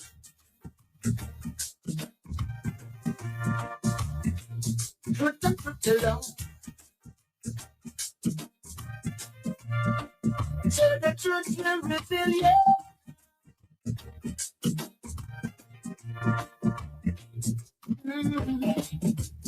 You see their faces, but you never know their thoughts. Every day we know that dog is deep, so deep. You see their actions, but you never know their reactions. And to Annie's point, I want to play a insert interview I did this week with social scientist Simeon Joseph, who spoke after the interview done with the head of the airport, CEO of the airport. His analysis coming to the point of planning there. Let's play that for a minute. Yes. Is making a statement. But Matt, we have no statement from the construction firm constructing the airport. They are the ones who are to confirm or deny whether or not works that are going on Dave Wash are copper or not, because they are the ones doing the works. And although, as I'm saying, there might be that intrinsic link between the Chinese government and any Chinese construction company, let us take it on the merit that the ambassador is presenting and say, okay, now it's not the Chinese government, but we want accountability from the Chinese private firm. We want accountability from the private firm. If you are to relate that to what the chief executive officer of the airport said last week to you, that the government and the planning department is one, and if the government is in the kitchen cooking, and they entitled to a plate of food or some kind of gibberish like that, what is at focus is oversight. The cabinet of Dominica has no greater authority over any department of government, and the government exists so that the government functions. And if the planning department has said it cannot go ahead, the cabinet of Dominica has no authority to override anything that department of government says to do. And so Mr. Johnson is totally wrong in his nice, nuanced, kind of failed diplomatic articulations on your program to assume that the government and planning are one. And so his statement about thing is totally undermining the need for oversight, because if the planning department says no, and even if the government applies to planning department, that doesn't necessarily mean that planning department has to say yes. There have been several projects in the past with several governments going back to Mr. Libla, Patrick, John Oliver, Seraphine, Eugenia Charles, and Edison wanted to undergo, and the planning department overrided it, and the government did not go ahead with it because the planning department said no. So, I mean, he doesn't understand governance, and so therefore he is totally undermining any form of oversight that is necessary in terms of answering those questions that have to be answered. Because whether or not a cabinet made up of politicians decides to do something and the Department of Government says no, they cannot override that. It's called oversight. It's called oversight, and that's why we have those bodies in place to give oversight. Government has to do, and the government has no choice sometimes but to obey. So we have to understand that. You may seek further advice from former cabinet secretaries if they wish to speak, or people in other jurisdictions if they want to clarify. So most of what you said with Mr. Johnson interview last week is somehow very disturbing, And it leads to the fact that maybe the Chinese government is not too much involved in the project, but that Chinese firm that is constructing the airport has some kind of agreement, some kind of clandestine agreement where they can do what they want with the construction of the airport. And because we hear Chinese, we think it's the Chinese government, but the Chinese ambassador has made it very clear to us today, and by his statement, are indicating that they have nothing to do with it, and so therefore the government of Dominica must now come to us openly and transparently and tell us what is their relation with that Chinese firm that is building the airport. They have to be now transparent, and they have to tell us what agreement they have made with that Chinese company to build that airport. What are the agreements they have in place with a Chinese company for the excavation of lands, and all the agreements that they have with a Chinese company, because the Chinese ambassador has said that it is a private thing with the Chinese company and the government of Dominica. Now, Annie, I just want to speak to this comment there just made by Simeon and Joseph there. Did you ever have an opportunity to, I mean, he's talking oversight, that you were put in that position when you had to override a government project some time ago, when government decided that they were doing something and then, because of planning advice, they had to stop it? That's you can remember? But I know what I could talk about is a similar case to what happened. Okay. Yeah. So I remember people who have land, at the foothills of Mount Tapito, Okay. had started subdividing, and planning went ahead and was given permission. And it was Bernard Wiltshire with his wife, I think, who put the pressure on planning and said, no, you are destroying the watershed of Mount Tapito if this is done. And he brought down to Dominica a watershed management expert, and he had consultation with us and everything. And planning, well, it was a government project, it was private, but planning pulled back and stopped giving approval. And the government went ahead and even got, I think is the OECS, not OECS, sorry, the USAID, to develop what we call a watershed management plan for Pocassi and environment. So right now, if you own land in Pocassi, you are not allowed to build above a certain size or cut down certain trees and so on. Okay. So it's similar in that case, but in that case, the planning department listened to the people and agreed that what people were saying was good, and the government supported them. And that was in like about 2012, 13 or somewhere, the same government. So what I don't understand is why, in the face of all this information, scientific and otherwise, that the government is not yielding to the public and to the entire issue. But okay, you're done. Go ahead. Yes. What Simeon is talking about is what should exist. It's not what exists now. Because, I mean, the influence that has been had on the planning division by the government. Powers that be. Powers that be, because one thing I didn't mention is when we went on Monday, and he remembered to go to look at the documents again, Mr. Ailey told us that when we asked again who gave the directive that we couldn't think, he said it was the PS, the permanent secretary of the, what's his name? Mr. Sever. So they are now influencing what's going on. So, I mean, what Stephen is talking about. So it's not an independent body, it's just so rotten. The whole system is so rotten that we really, if this country is going to have any chance of moving forward in any way, that is going to be productive for the citizens, we just have to get rid of this rotten system. It has its rotten. Do you believe the Chinese when he said that there's no copper and they're not mining the copper? Well, we're going to that even though they want to, but we will go to it now because again, Seaman talked about that. The ambassador said this company is private. It's not private. You see, again, that's why we like him to keep speaking, because when you try to, as I say, hide the truth, what a tangle web we weave when you try to deceive, we're going to deceive. CR5 is not a private. It's a government. CR5, China Railroad number 5 entering Company Limited is a subsidiary of the state-owned China Railway Group Limited, CREC. It's very clear, and then it says here, so that's the parent company. And then in 2000, CREC was placed within the oversight of the Central Large-Scale Enterprise Work Commission. These are all government things.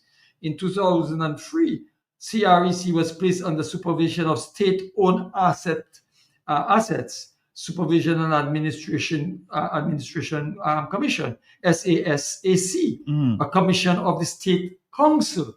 I mean, so when the ambassador is coming to say that, I mean, Matt, it's obviously it's unfortunate. So there's also something else we found. You see, so we went searching, and in searching you find all this. So here this key aspect of CREC mining deals.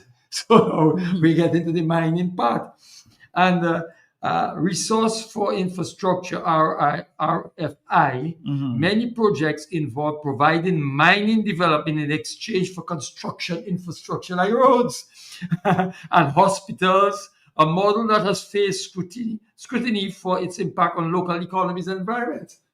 Look at the evidence, what is there. So we're not making this up. So I mean, trying to now do as if the Chinese government is not involved or is separate is totally untrue. It's false. But man, I will also tell you, and at the end, towards the end, I will read. Today I had the opportunity, and I'm thankful for the ambassador to give us that opportunity to have dropped off at the Chinese embassy this morning, just before I came, about an hour before, a letter which we had written to him. We have written to him an open letter, and also to we included in that package, Matt, a copy of the stop order and the compliance order for CR5, also one for MMC, and we also included in the package the geologist report. So we have provided them with all of that information. The Chinese ambassador. Well, I brought it to the security. Right. That's what you do. Left it. He signed my copy. I have it right here of the letter that I delivered. And so, we are giving the Chinese ambassador all the doubt in the world. We want to be fair to everybody. Some people say, oh, well, yes, we know these people are lying, but we still want to go through the process, man, to give them the opportunity to have all the information. So now they cannot obviously come back and say, well, they didn't have the information or whatever it is. So we're giving them that opportunity. We have demanded in our letter, which I will read, obviously certain things, and then we'll see what their response is. If they do respond, and we take it from there. Another phone call. Hello, talk to me. Yes, good afternoon, Matt. How are you doing? I'm here. Good. This is Alvin here calling, and I just want to say good afternoon to Annie and Jerry, and just to thank them for the work that they're doing on behalf of Dominica. I'm listening to the conversation this afternoon, and it's really disturbing, to say the least.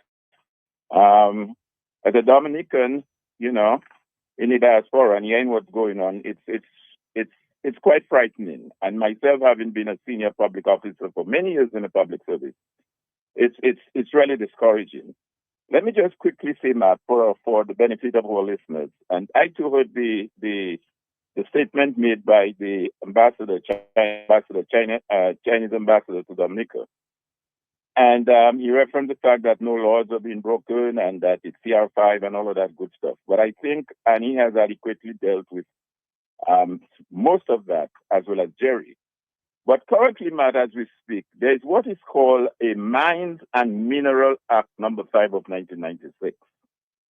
That's a current law. It's on our books. It's Act number 5 of 1996, and it's called the Mines and Mineral Act. And the Act defines clearly in the section dealing with interpretation, it clearly defines what is considered construction materials. And that includes stones, gravels, among other stuff. I will not go into that. Also, it defines what is considered industrial material. All of that is in the Act.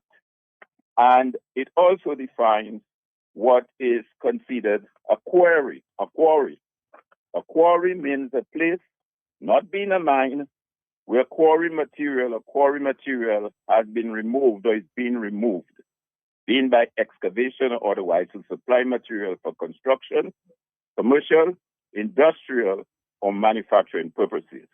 Now, I think Jerry adequately described if this was supposed to be a quarry, what would happen. And we all know what the various 8 or 9 quarries we have operating across the country, how material is excavated or removed. Clearly, if you're going 1,000 feet down, subject to correction, which I heard, then that doesn't appear to be a quarry. But be that as it may, let's suppose give them the benefit that they're saying it's a quarry operation. That same Act 5 of 1996, Mines and Minerals, define what quarry material is. Also, what quarry minerals are. That same act again, I'm referring to the law because according to the ambassador, no laws were broken. That same act again at section part 5, section 78 talks about quarry permit and how one should go about obtaining a permit for a quarry. And by the way, let me also state too, in that very same act, at section 79.3, it says that a quarry permit shall expire annually on the 31st day of December, but may be renewed during the month of December if submitted with the prescribed fees to the inspector. So again, let's suppose it was a quarry operation they had here. It's supposed to come to an end at the 31st of December and possibly a renewal if need be. Let me also say, though, that as we speak now, we do not have a separate legislation to deal specifically with quarry on its own, notwithstanding the fact that reference is made in the act that I just referred to, Act number 5 of 1996. But the Physical Planning Division does have the authority and the permission to regulate quarries in Dominica. I'll tell you what, we have a lot to explore, so I'm going to cut you short there. We'll call you a little later and, of course, speak to the very acts that you're talking about. But let's continue the conversation. Yeah, I just got a text message I want to read to you, Mr. Brisbane. Somebody is asking their source close to the government of Dominica, who was the physical planner that approved Brisemat to install a children's playground between 2 bulk fuel storage facilities separated by chain link fencing. How was it approved, Jerry? A question to you. As I said, from a source. Well, from what source is that, man? A government, so the government source. Government source, that's okay. Well, I guess the government source has the ability to go to the planning division and find out who is the chief planner at the time. I hope they'll give him that document. Well, I hope. But man, I mean, I'm not going to waste my time. I mean, we had permission to. Okay. They can go and find it. I can't tell you who the planner was at the time. I mean, that's what, 30 years ago or more, 40 years. I don't remember. 1994 or before that. 92. Well, I'm hoping that it can be made available to But I will welcome them making it public. Okay. Yes, absolutely, because just like we're doing, we make everything public. But coming back to the last caller, man, that you threw off my train of thought. But okay. I just want to say, let me just make this other point that one made you laugh. I mean, that's whichever government source that's trivializing the situation we have right now with Debash and really what's going to the thousands of people, well, probably hundreds directly affected, but thousands of Dominicans and not only that, Matt, to take how many years to well, it will never be the same, number one, but maybe the river might over 100 years come back to its, a similar state. Who knows? I don't know. So that's just, I mean, really, it's unfortunate. But that's again how these people operate.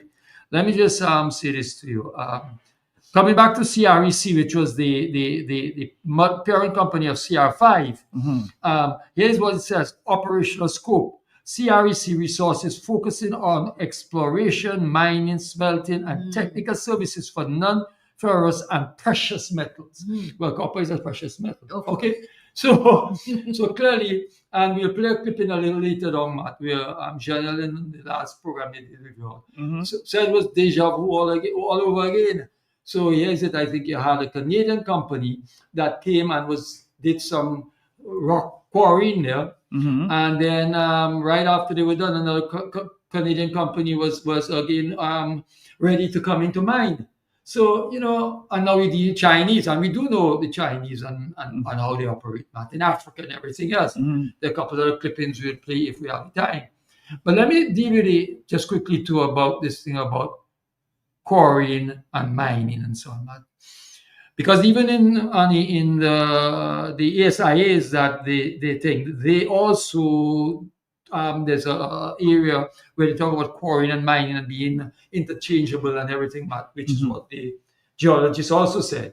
But just all I want to tell people is go on Google, look up is quarrying a mine, and they will see that it says clearly that quarrying is a type of surface mining.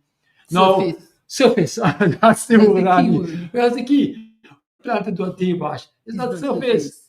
In certain areas of dewash, they're probably going to have to go down to 1,500, geologists said that, to then get to the rock that they're trying to find. Because the rock really, they're trying to deal with at dewash is right in your face, when I say in a sense. Right after the bridge, on the left-hand side, you see what they call this outflow of rock, right? Basalt rock and stuff. Wash fair. And actually, that's what the Chinese did, CR5 did. Okay. They came and they broke. You can go, it's the broken pieces are still there. They use whatever equipment they broke, and they use that probably for testing. So that's the rock they're after. But it's coming out right there, surface, because of the level of the land. But as you leave there and you go up now, and you go up what you call this mountain, that's it. That's miles and miles. A mountain doesn't go straight, it goes up.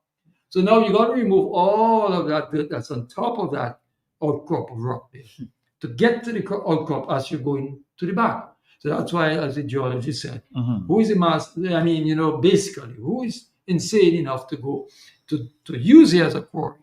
Huh? And then where are they going to put all of this material?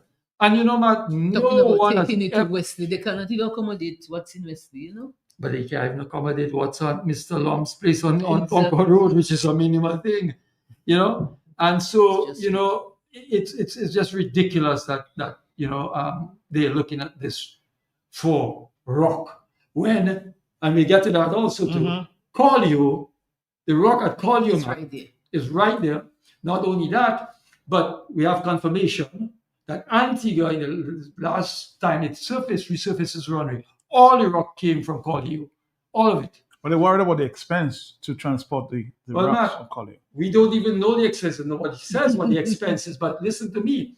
So what was the expense of taking the cement that they needed right from China to bring to Dominica? And then from Rose all the way do you know that each shipment of that cement was $1.2 million, Matt? $1.2 million. Go check how many of the shipments came into Dominica. Very interesting, very interesting. Okay. Let's take a voice, then we'll come back. Yes. Yes. Matthew Fontaine and the rest of the patriotic Dominicans who are standing to protect the foundation of this blessed land. While many are sleeping, nonetheless, we understand nationalism and what it means to hold our leaders and various institutions accountable. So my hearts go off to those who really understand the task ahead and who are standing for country's stand. What's going on there? I don't know. I think the battery's dying out. But to come back to that point, man, because it's so important, is that the Collioure quarries, and Annie will speak to that later, the material there is suitable for the airport. Okay? There's no doubt about that. And I think we want to make that clear. Now, the narrative is that not just the cost, I heard, I think it was Mr. Johnson also talking about the inconvenience of the trucks and the dust and everything else, because people are complained before about the cement going up and how many communities would be affected. And so that's why I'm happy when they speak, because it's 8 communities. And so I said, okay, call you. Then you have all these other communities along the thing, whatever it is, and you go to Portsmouth, you go to Dubai, you go to wherever, then you go on the northeast coast and whatever. And I checked it, and it's about the same, right? He said 8 communities that they will now affect to go from Collio. But then I then took the cement leaving from Rosewood. And from the time you start, you have Foncolé, you have Canefield, you have Roger, you have Sylvania, and I kept going, and I got the same. So I'm saying, but what's the problem here? Okay. Yeah. Now, the cement, they were transporting in these bags. There's all dust and so on. Cement. With the stone material, you could simply cover the trucks. That's a simple solution. Just get truck coverings, which in fact is a law. I don't know if you know that. Yes, it's true. There's a law that anytime you're transporting gravel sand, you should have it covered. Okay?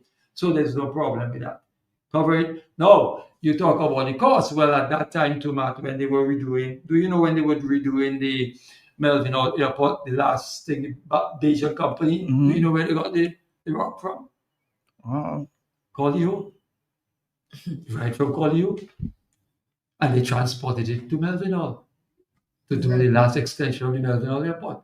So something is wrong there. But something is just totally wrong. Any way and angle they go with this, it just, as you say, the maths is not math. It just doesn't add up.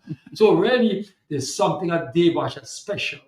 And what's that? The only thing that we know that's special is copper, right? It's copper. And we know that the demand for copper, there's a clipping that if you want to play it now, Matt, we could do that, but maybe later on, later down. Then we will play that. So you'll see that the demand for copper is on the rise. The price for copper is on the rise. And that American China are on the racing. But I didn't hear the Chinese say that if they have to take copper from Dominica, the profit margin will not be. Well, man, they could say anything they want. You know? I mean, listen. Okay, we're on it now in a sense. Right. And you have a clip if you would like to play it. You mean the Chinese? No, that's the clip with. Okay, I know. Let me see. I can tell you. All right, give me a second. We're going right back. Play some music.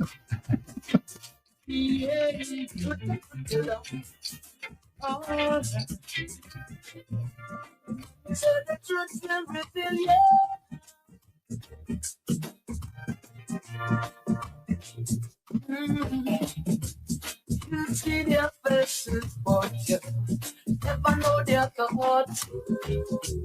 Every baby knows that dog is deep, so deep. You see their actions, but you never know their reactions. Time and time alone, you prove the story, and every eye will see. The truth will reveal. The truth will reveal. Things that are hidden, I tell the things that them I keep down inside. The truth will reveal. The truth will reveal. What's in their heart? What is in their heart? Oh yeah. Say the truth.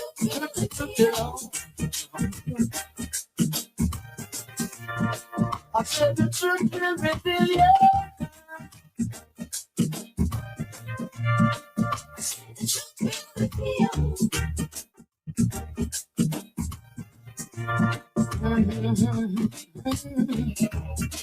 Let the truth them try to hide from long time gone. But you and I know that looks at it say you still waters run deep. So watch it out, you running steep.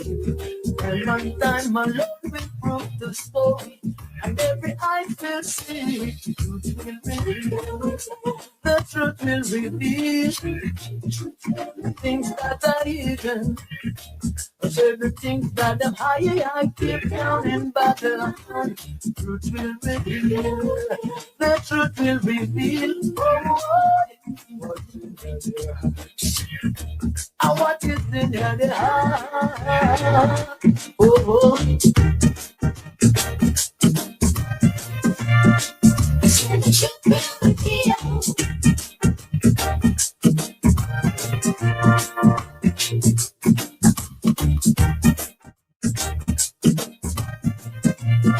I know the truth will reveal you.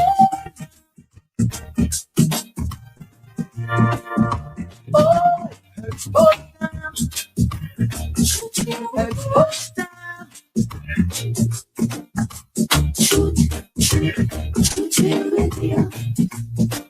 Let the truth be revealed, yeah.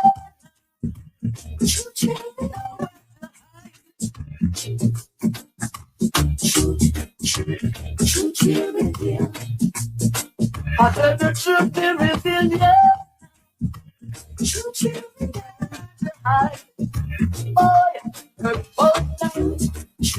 Need one trusted place to stock up for your home, shop, or business? Fine Foods Inc. Distribution has got you covered. From dry goods and frozen foods to your favorite drinks, alcoholic and non-alcoholic, plus all the household must-have. We've got it all under one roof. We're right here in Jimmy Dominica, and yet we deliver.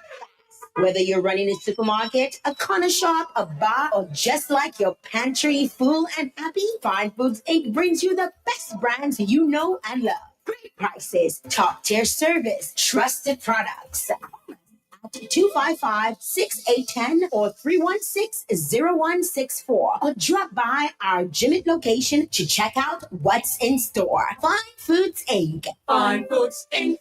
The biggest distributor for the biggest brand. Cricket Association, in collaboration with the Elias Dupy Foundation, proudly presents the Elias Dupy Tip Ball Cricket Festival, all in honor of the late Elias Dupy. Join us Easter Sunday and Easter Monday at the Ansdume Playing Field in the northeast of the island for 2 days of softball cricket action. Games begin 11 a.m. on Easter Sunday and 9 a.m. on Easter Monday, featuring top teams from the north and northeast of Dominica, including Benz, Pebush, Penville, Calabishi, Marigot, Wesley, Woodford Hill, and Portsmouth, all competing for over $3,000 in prizes. Make this Easter one to remember with thrilling cricket, community spirit, and great entertainment.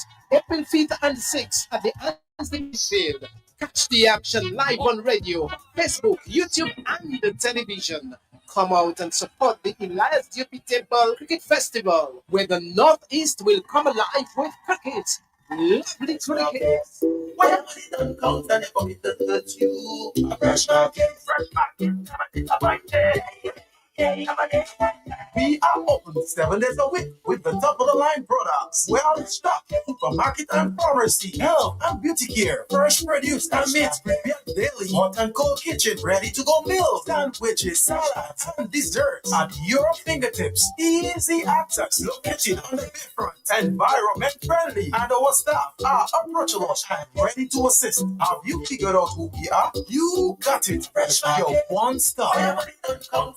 That you fresh market, but it's a fine day. Fresh market. KFC.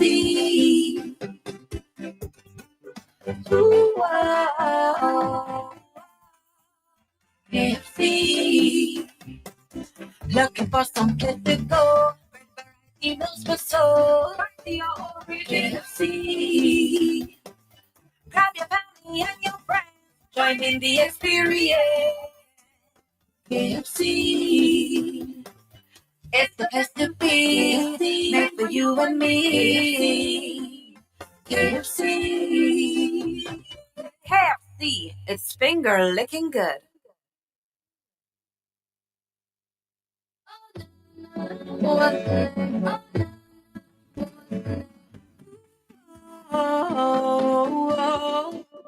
KFC.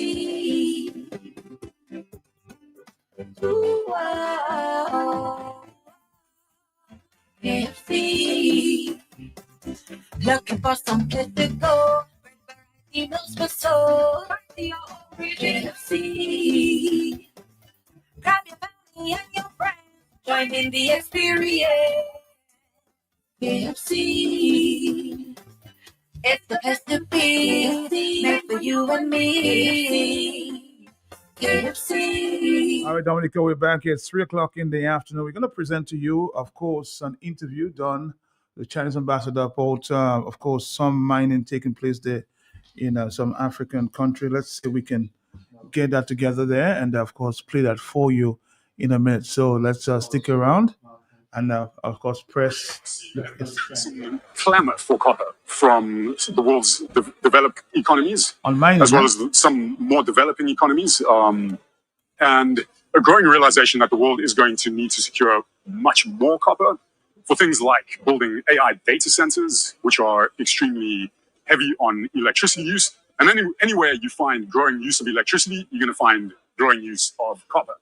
And in a world that's using much more copper, we need to find where that copper is. And in Central Africa, you've got Zambia and Congo, which sit in a pretty unique position of being one part of the world where copper production has been increasing rapidly and will continue to do so in the coming years. The problem with that is the Central African copper belt is literally in the middle of Africa, a continent which has some of the world's most poorly developed logistics. Which is where infrastructure has made its way quite extensively, I think, throughout these discussions with mining executives and even government. This is where geopolitics have really come to the fore. We've seen the US and the EU backing a railway project coming out of the Central African copper belt from southern Congo to an Angolan port, an Atlantic port on the western side of the African continent called Lobito.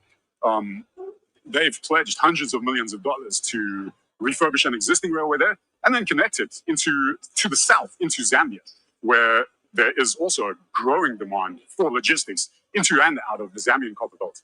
On the other hand, we've got China, a consortium of Chinese investors led by a state-owned company that is now spending nearly $1.4 billion on refurbishing an existing railway line that was built in the 1970s during the Mao era that connects the Zambian copper belt to the Dar es Salaam port in Tanzania, to the east of Zambia, which has actually emerged as now the most used port for the Congolese and Zambian copper mines. So you essentially see this race from the West, the EU and the US, to develop the Western rail corridor, the Lobito corridor, and now China to refurbish the Eastern Tazara railway corridor. And at the end of the day, it is a power play between the West and China in accessing these critical minerals. That's the core of it. I just want to bring up this point, Matt, that one of the arguments on the other side is that Dave Wash was previously used for quarry material for Melbourne Hall back in 1970. But what a lot of people don't realize, so where you see the exposed rock by the Dave Wash Bridge is where they utilize, and what a lot of Dominicans probably were not privy to or do not know about is that the airport, where Dave Wash was used for the airport material in 1970. The airport was finished in 1970, resurfacing by a Canadian company. In 1970, a Canadian company also then tried to come to Dominica to mine Dave Wash.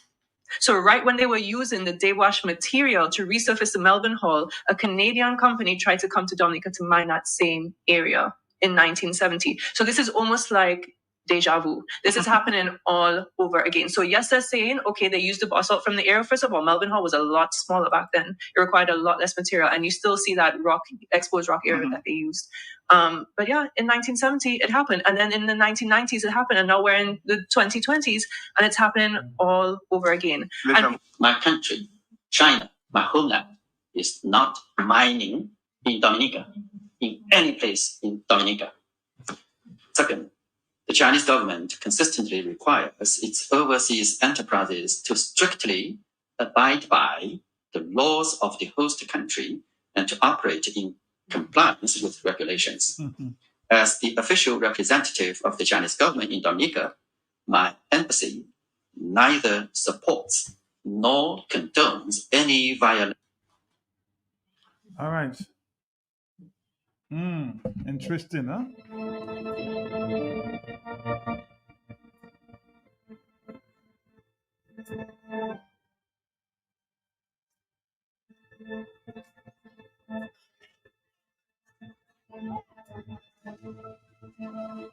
So you just heard there from the Chinese ambassador who says no Chinese company is looking for copper.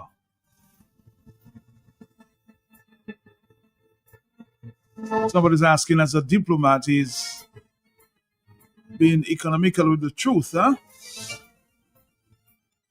Or is he?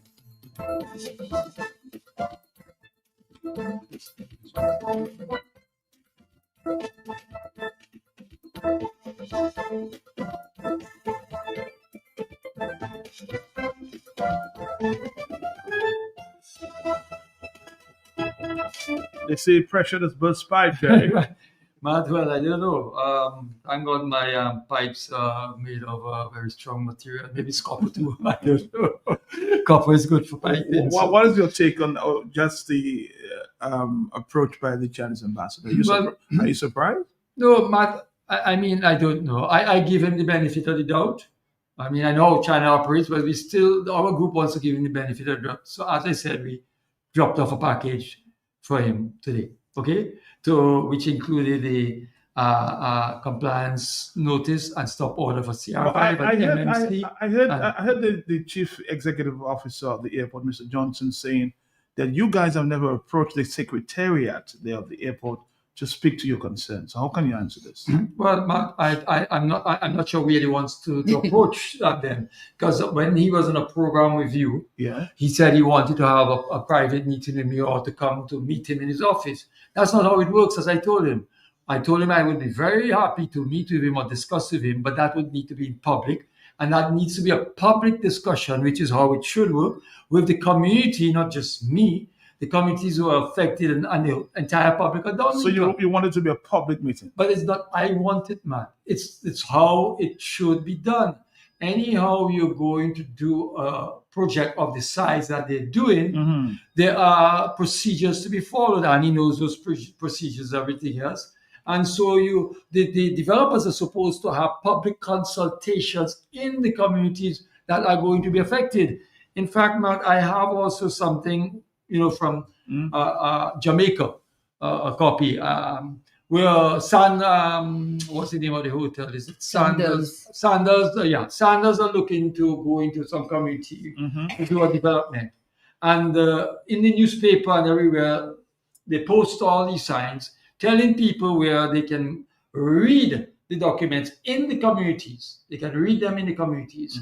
And the time and so on that they will be having the consultation and everything else and whatever it is, So, and that's the proper procedure. That has never been followed in this thing with Devash.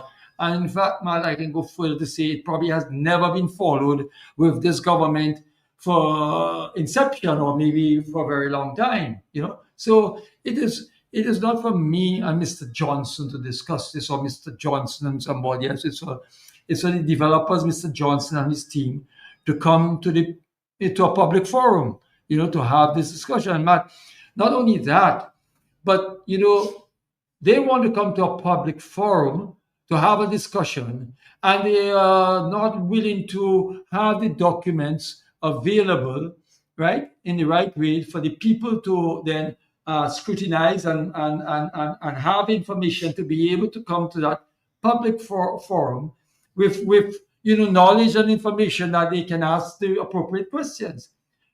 How can you go, Matt, to a public forum to have a sensible discussion on a document that's 200 something pages, and that's just one? There's several of them. I mean, come on, and try to get through that in a couple of hours. It just doesn't make sense. But Matt, before Annie comes in on that, let me just finish with the thing with the copper and the Chinese ambassador, because he's saying that CR5 always, or Chinese companies always follow the rules and regulations. He also said that for the environment, so they encourage stuff for the environment. Oh, Jesus, man. I mean, but not in your side, but Devash, I mean, you want to go into an environment like Devash to try to dig that place up and take out all of that material to put where God knows where, which everybody knows just as a chief planner, that they're very, very, it's very difficult to get suitable sites. Because everywhere in Dominica is in some valley, something, the water goes into the, whatever it is, man. But in the case of that, I just want to come back to the stop order compliance order CR5 because again, that's what we dropped off to him, and it says what the offense is. You have deposited. The authority notes that on lands situated at Stonefield, Concord, you have deposited refuse on waste or waste material. You have caused environmental damage and affected the integrity of the environment. And you have threatened and or affected the health and safety of the public. So does that fit what the ambassador is saying about? It's totally opposite to what he's trying to indicate. And then he talked about, right, and then he talks about how that was done, which he says they follow the laws. He says by dumping soil material in close proximity to the Pegua River and commencing excavation works without first obtaining permission from the planning authority contrary to section 17 of the Physical Planning Act. So, I mean, that's why I really believe, Matt, he did not have information because I can't see a person of that stature and that position blatantly lying to the public unless they feel the Dominicans are so, what you call... daft, or like in China where they keep people, ignorant. That's the word, Matt. So ignorant to the information and the truth. And that's why we decided to bring... to bring the documents. Somebody's asking the question, then maybe Annie or some answer. If they are mining for copper, are they doing it in conjunction with building the airport, or is it an airport just a fast, or is the airport just a fast? Well, we cannot answer that question. We cannot. You might not be able, no. Because there are people out there, and I'm actually reading some of the Facebook messages that say, "Oh, Jerry and maybe Annie against an international airport." That's what they always development. Do. Have we mentioned the international airport in everything we are saying? Yeah. No. But now let me ask another question, if you don't mind. If they stop the stone quarrying at Debash, is the airport going to stop? No. Exactly. They can get loads of stones from Corleo. So the only thing they're trying to say is the cost. Now they're saying it's about this one. So the narrative just keeps changing. So this airport is not going to stop because of Debash. It can continue very easily. Take all your rock from Corleo, leave Debash alone. It's a simple thing. And in fact, Crapo is right there. They're still crushing from 6 to 6, 12 hours every day. Mm-hmm. Yeah. And at one time they said it's because of the production which was cut because of this injunction, which is true. Limited time. But we again gave them options where this crushing machine you have at Debash, which wasn't mounted at the time, could have been transported very easily to Crapo and mounted there and double your production there. Mm-hmm. And or triple it because it's a bigger crusher from what I have noticed than the one that's at Crapo. So. Let's take a voice note, yes. Madam, I also forgot to ask Dominicans to please show up for that court case tomorrow. Show up in support, because this court case tomorrow is for every Dominican, even the laborites who keep talking about we don't want the airport, always trying to stop development. Today, one of them called me an enemy of progress, a traitor, an enemy of Dominica who resides in St. Thomas called me an enemy of progress. Well, if progress means drying up all our rivers in Dominica, I will stand against that progress. Thank you. All right, Dominica, 449309596. And you're making a point, Annie. Yeah. Go ahead. Okay, so just to support what Marceline said, this case is not about me. It's about the people of Wesley in particular. These people have suffered tremendous injustice, and also they right now are going through a lot of environmental problems caused by the environment, and they have never really been put together in a room and guided about this airport project and how it would benefit them. So it's not about me. It's not about me. being against the airport. It's all about the people and the fact that under the planning law, people are supposed to be treated justly, whether it's for environmental, social, or economic reasons. Matt, the worrying thing about this ambassador, Chinese ambassador, he said they don't condemn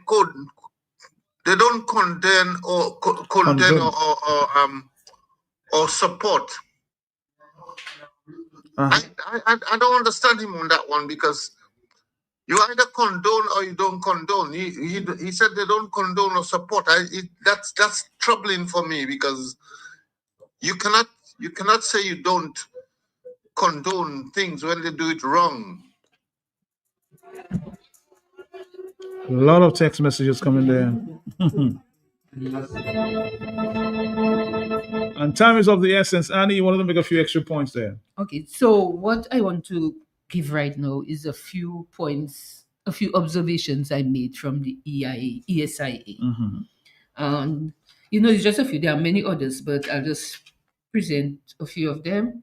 One thing I notice about that ESIA is that it seems like a done deal. And, a lot of people who prepare ESIA think, just because I prepare ESIA, the project should go on. And that's not it. An ESIA is a document that's supposed to inform the decision makers, in this case at the planning department. So if they review the document and they see that there isn't enough information for them to make a decision, they can disapprove it. It's not. But in this document, this guy feel, okay, I made an ESIA and it should be approved. The other issue with that approach that they have used is that he's just one person, and ESIA has to be done by a team. So in this case, there should have been a geologist, a hydrologist, a forester, and also a sociologist to deal with all those different aspects. So that is something that's very glaring. It's like I do my ESIA and it's supposed to be approved. Also, the issue alternatives. They presented the alternatives in a way. Okay, they spoke about the Crapper Hole quarry. It's not sufficient. It will, it will expire in a short while. But they mentioned briefly other quarries on the West Coast, but they never went any serious discussion about that. One of the major points, aspects of ESI is that it has to look critically at all possible options. And the fact that they just glossed over the West Coast quarries is very unsettling, because that means they don't even want to give it a serious. Yeah. And we are seeing from the document I read, as I said earlier, they plan to remove all this, the transport all the dirt you see on the mountains and underground to Wesley. That is transportation cost, and then crush the material and take it across. Whereas with the West Coast quarries, they just have to go pick up the information. They pick up the rocks. So if you do a proper cost benefit analysis, maybe the cost would just cancel out itself. But then what about the cost of the impact on the communities and so on? And that's to the me people the most there are important. suffering quite a lot. And not only that, Matt, quickly, I always say tell people put themselves in the opposite. Change shoes if you want to see, put yourself in people's shoes. Would you like for that to be done to you, or I'm saying, where whatever it might be, you've been living in a place for how long, and then all of a sudden this comes and your entire life is disrupted. None of them would be, Mr. Johnson, none of them would be willing Happy to for and that. be happy for it. Yes. Yeah. So another issue that is very glaring is that they don't mention copper at all. It's like they divorced it. Okay, we are not interested in copper. We're only interested in quarrying. But when you study quarrying, if there's copper in the area, you're going to encounter copper. You think that's deliberate? I think it's deliberate. But just we have been told by the scientists that when you unearth these minerals, they create acidic environment. Mm-hmm. And heavy metals will then get into the waterways. Places like Guyana, people suffer a lot from these metals that are in the water because of all the mining that's there. Like, so and also the people downstream. Yeah, and also, people think that for you to be able to or feel that this is happening to the river, it must be seen. But the brown water is more than just the dirt and the silt. But even if you prevent that silt, Matt, the water can be clear and still be filled with all these I understand that people who are suffering from itchy skin and so on up there. Yeah. Then there is the issue of the Pegua River and the fact that this area is a heavy rainfall area. They have not really done any serious investigation into how this mining is going to affect the Pegua River, and the mitigation measures they recommend is like sandbags, the basket, the silk curtains you saw, and ponds. But do these have the capacity to control and manage the amount of runoff from that mountain? That is just. But Manny, they're already struggling with the little part that they have dug. They're struggling to even contain that. And they haven't even touched the area. And they put in a cloth to try to hold it back. And now they're trying something with some kind of stone effect. I don't know what it is. Yeah. Another issue they just gloss over is the fact that river is a very important and very useful tourism product, in the sense that people from all over Dominica and even from abroad use there for bathing. You have there's even hikes and trails there. Yes, they call and it then forest you have walks and all kind of the things. river tubing that is so common. There are a number of hotels along there. They haven't done any analysis of this economic impact when this river is destroyed. Yeah, that's a big. But you have other people with other products, Mr.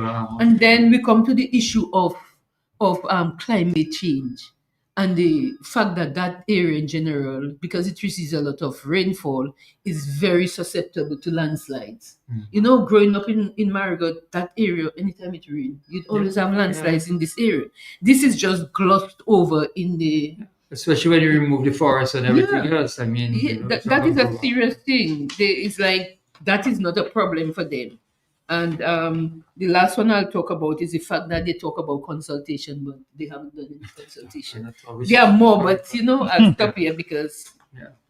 Annie has to leave, and then I will. Okay, Annie. Yeah, Yes. you go ahead. You have to leave. Yeah. Thanks a lot for. Annie, thank you. Appreciate it you. very much. I hope to see you around the court area. What time is the court tomorrow? 9 o'clock. Wish you the best going forward. We have about just about 10 more minutes, Jerry. Yeah. As we wrap up.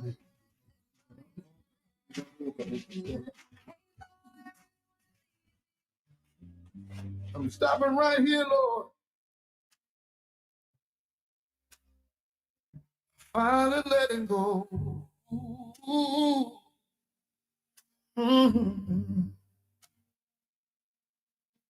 I've been trying to solve every puzzle in my mind, searching for the answers that I just cannot find. Let's take a phone call. Hello, talk to me. Yes. Mr. Russell, I was sleeping, but I just get up, yeah. I ain't know about crapple hole. But all I saying, my father have a big estate up there. When his second wife died, it's for us. So I don't know what the business all is saying. But you see that Dominica country there, somebody look like they want somebody to take somebody neck and put it under the bridge and kill them because people in Dominica cannot be suffering only like that. I only listening because the personal life still, and it's not mine yet. But my father, I have my will, when people die, it's mine. And my family, so I only watching everybody who is alone, who is under the table alone, and who is this, who is that. That country is a sick country. And it is scary. It is scary to change his ways. What will they live in? Because people cannot be so malicious and wicked. Don't let me to talk because I'm a Dominican. Mary God is my father own. And I have plenty things in my work. And I was watching people that believe I notice. Bye-bye, Matt. And Matthew, forget to come and pick up the thing. I'll check you out this afternoon. Nurse. Bye-bye. All right, thank you. Yes, Jerry, you have to wrap it up here. Of course, emotions there. Well, man, that's what it is, and hopefully that people channel their energy in a very positive way. And like anything else, choose to be on the right side of history. But before we finish, Matt, let me just go through a few things. We are going to publish the application forms, which we had also obtained. That tells a really serious story also, Matt, of the deceit and everything else. There were 3 actually application forms. That the first one was in July, and that was for crusher and a quarry. Interesting enough, Matt, that and that's in the Dave Wash area. Okay. Interesting enough, when that application form was sent in, it's interesting when you were supposed to put the size of land that you're going to, total size site area, it just says acres. Acres. But there, I want to show you for yourself. Read it right there. Somewhere here. Where is it? Acres. Look at it. Nothing specific there. Nothing specific. It doesn't even give you a size of land. So it looked like it was just going to keep going and going and going. And so, there's so many things in these application forms of their own. That was the first thing. So it was for crusher the quarry in July. That's MMC put in this application form in. And it says acres. The second application now was on 12th of December, and that application was only for a crusher, But I will come to why maybe that's the case too much. And then on the 29th of January, there is now, and for the crusher, the land size was 7 point something acres, I think it was. Okay, so 7.56 acres. So that's just for crusher. And then now the last application is recent. It was in January 29th. And then this application form now is for, again, a quarry and a crusher. But the land size now is 19.1 acres, 18 acres. Now that land mass is pretty much what General and them calculated what they have already destroyed. So it seems like now they're trying to get this done. Just a question, Jerry, and I think you spoke about it earlier. Did you ever see the letter or document that provided permission for these people to go back to Dewash? Because there was a stop order. No, that's what we were saying earlier, Matt. The thing is, that's what we asked for, and that's what the chief planner came to tell us. No more documents would be given to us. That Mr. Johnson said that they had it in writing, some permission to mount the crusher, not to operate it, to mount. So we tried to get that, and we have not even. So what's the intention after you mount? Well, of course, Matt. That's the whole point. It doesn't take rocket science to figure out what's going to be done here, because if you're giving these people further room to mount the crusher, you're not intending to tell them afterwards to take it down. I mean, obviously, the plan clearly appears that the planning, or whichever authority that's controlling the planning now, because it doesn't seem like the planning is able to control itself, is going to give permission for at least the people to run the crushing machine, which again, so we try to get the information on that. But Matt, again, in the interest of time, I still want to bring one or 2 points together. This matter here with the application, you could see the pattern. They first applied for a crusher and a quarry, acres.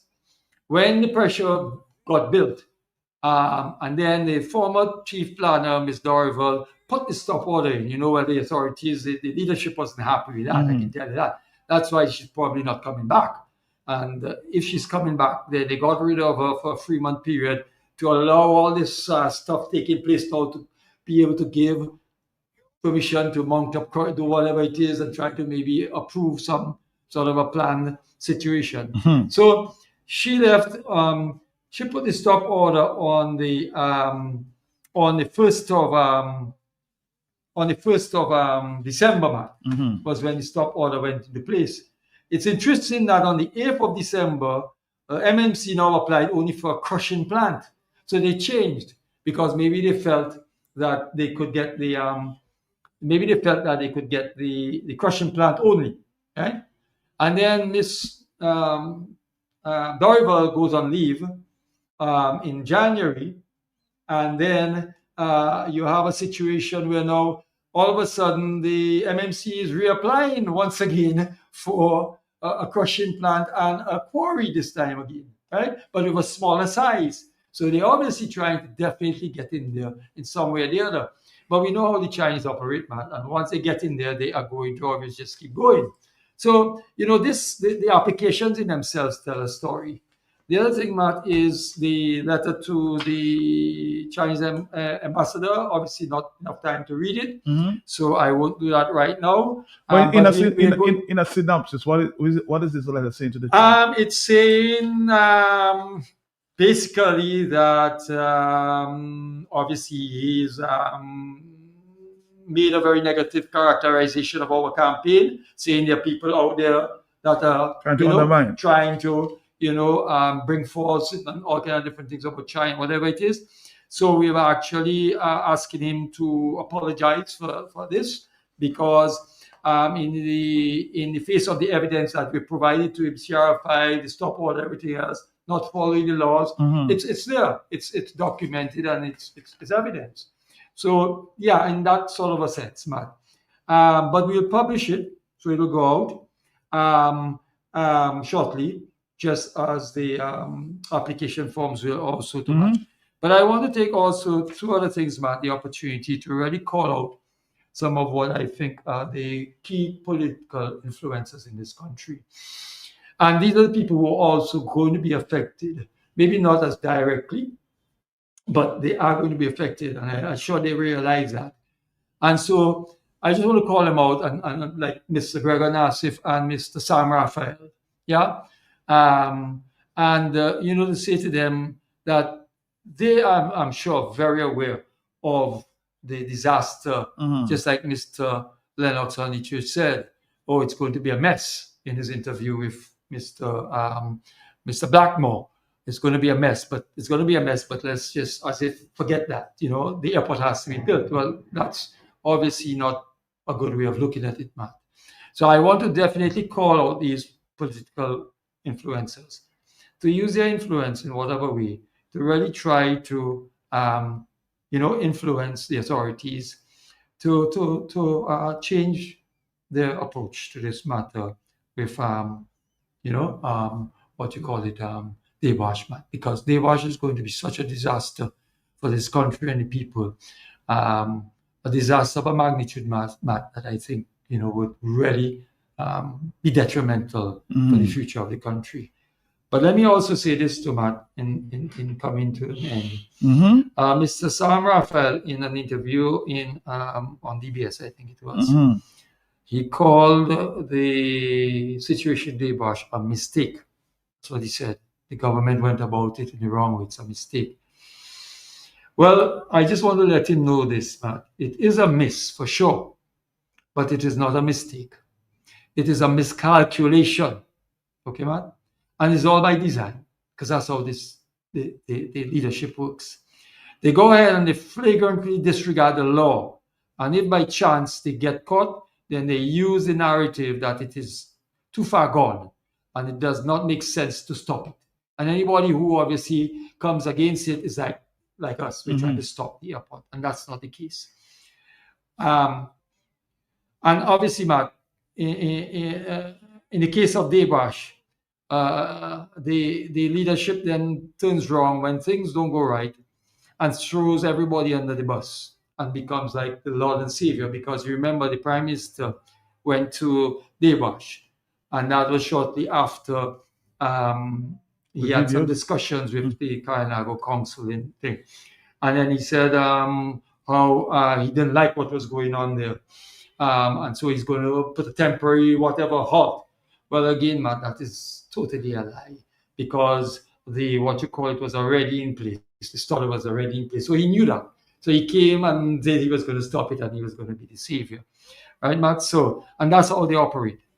Well, in this case, though, Matt, I will tell you that in this one, they got caught with their pants down because they never thought that two young ecologists would have challenged and exposed their devious and destructive plan. They missed for sure. They miscalculated, and it was not a mistake, as Mr. Raphael said. And you know what they miscalculated, Matt? Was that two young patriotic sons and daughters of Kalinago descent would rise from the ashes of their ancestors and in turn awaken the spirits and consciousness of many others to challenge a devious and destructive plan to rape and destroy the heart and soul of our motherland, White Kubuli, because of the insatiable appetite for power and control through their greed and selfishness. And for that, they will pay a significant price. Long live White Kubuli. That's a good way to wrap it up, Joshua. Mr. Bribrin, thank you again for sharing and, of course, educating the public. A lot of food for thought. Something to chew on. Tomorrow, the Prime Minister is having a news conference. So let's see what happens then. And I know that you are mine. The struggle continues. The Patriots will keep standing. For now, Dominica, this is it for us. We have gone past time. It's now 3:33. Mr. Brisbane, again, thank you very much. Thank you. Thank you, Matt. Thank you. To everybody. Bye-bye. For the opportunity. Maybe sometime in the future we'll do a repeat of this one. I'm holding on to you until the breaking of the day.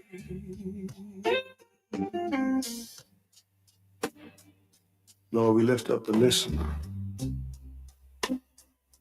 who feels like they are walking through the valley of the shadow of death today.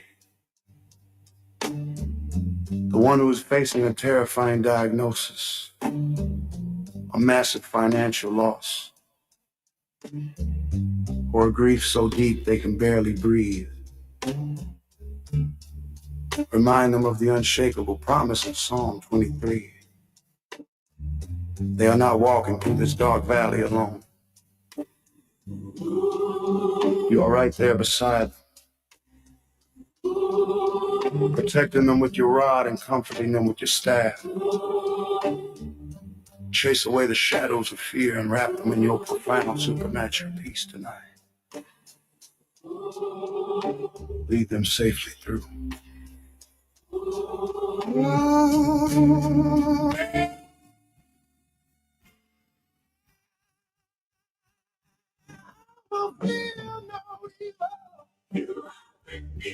The good shepherd through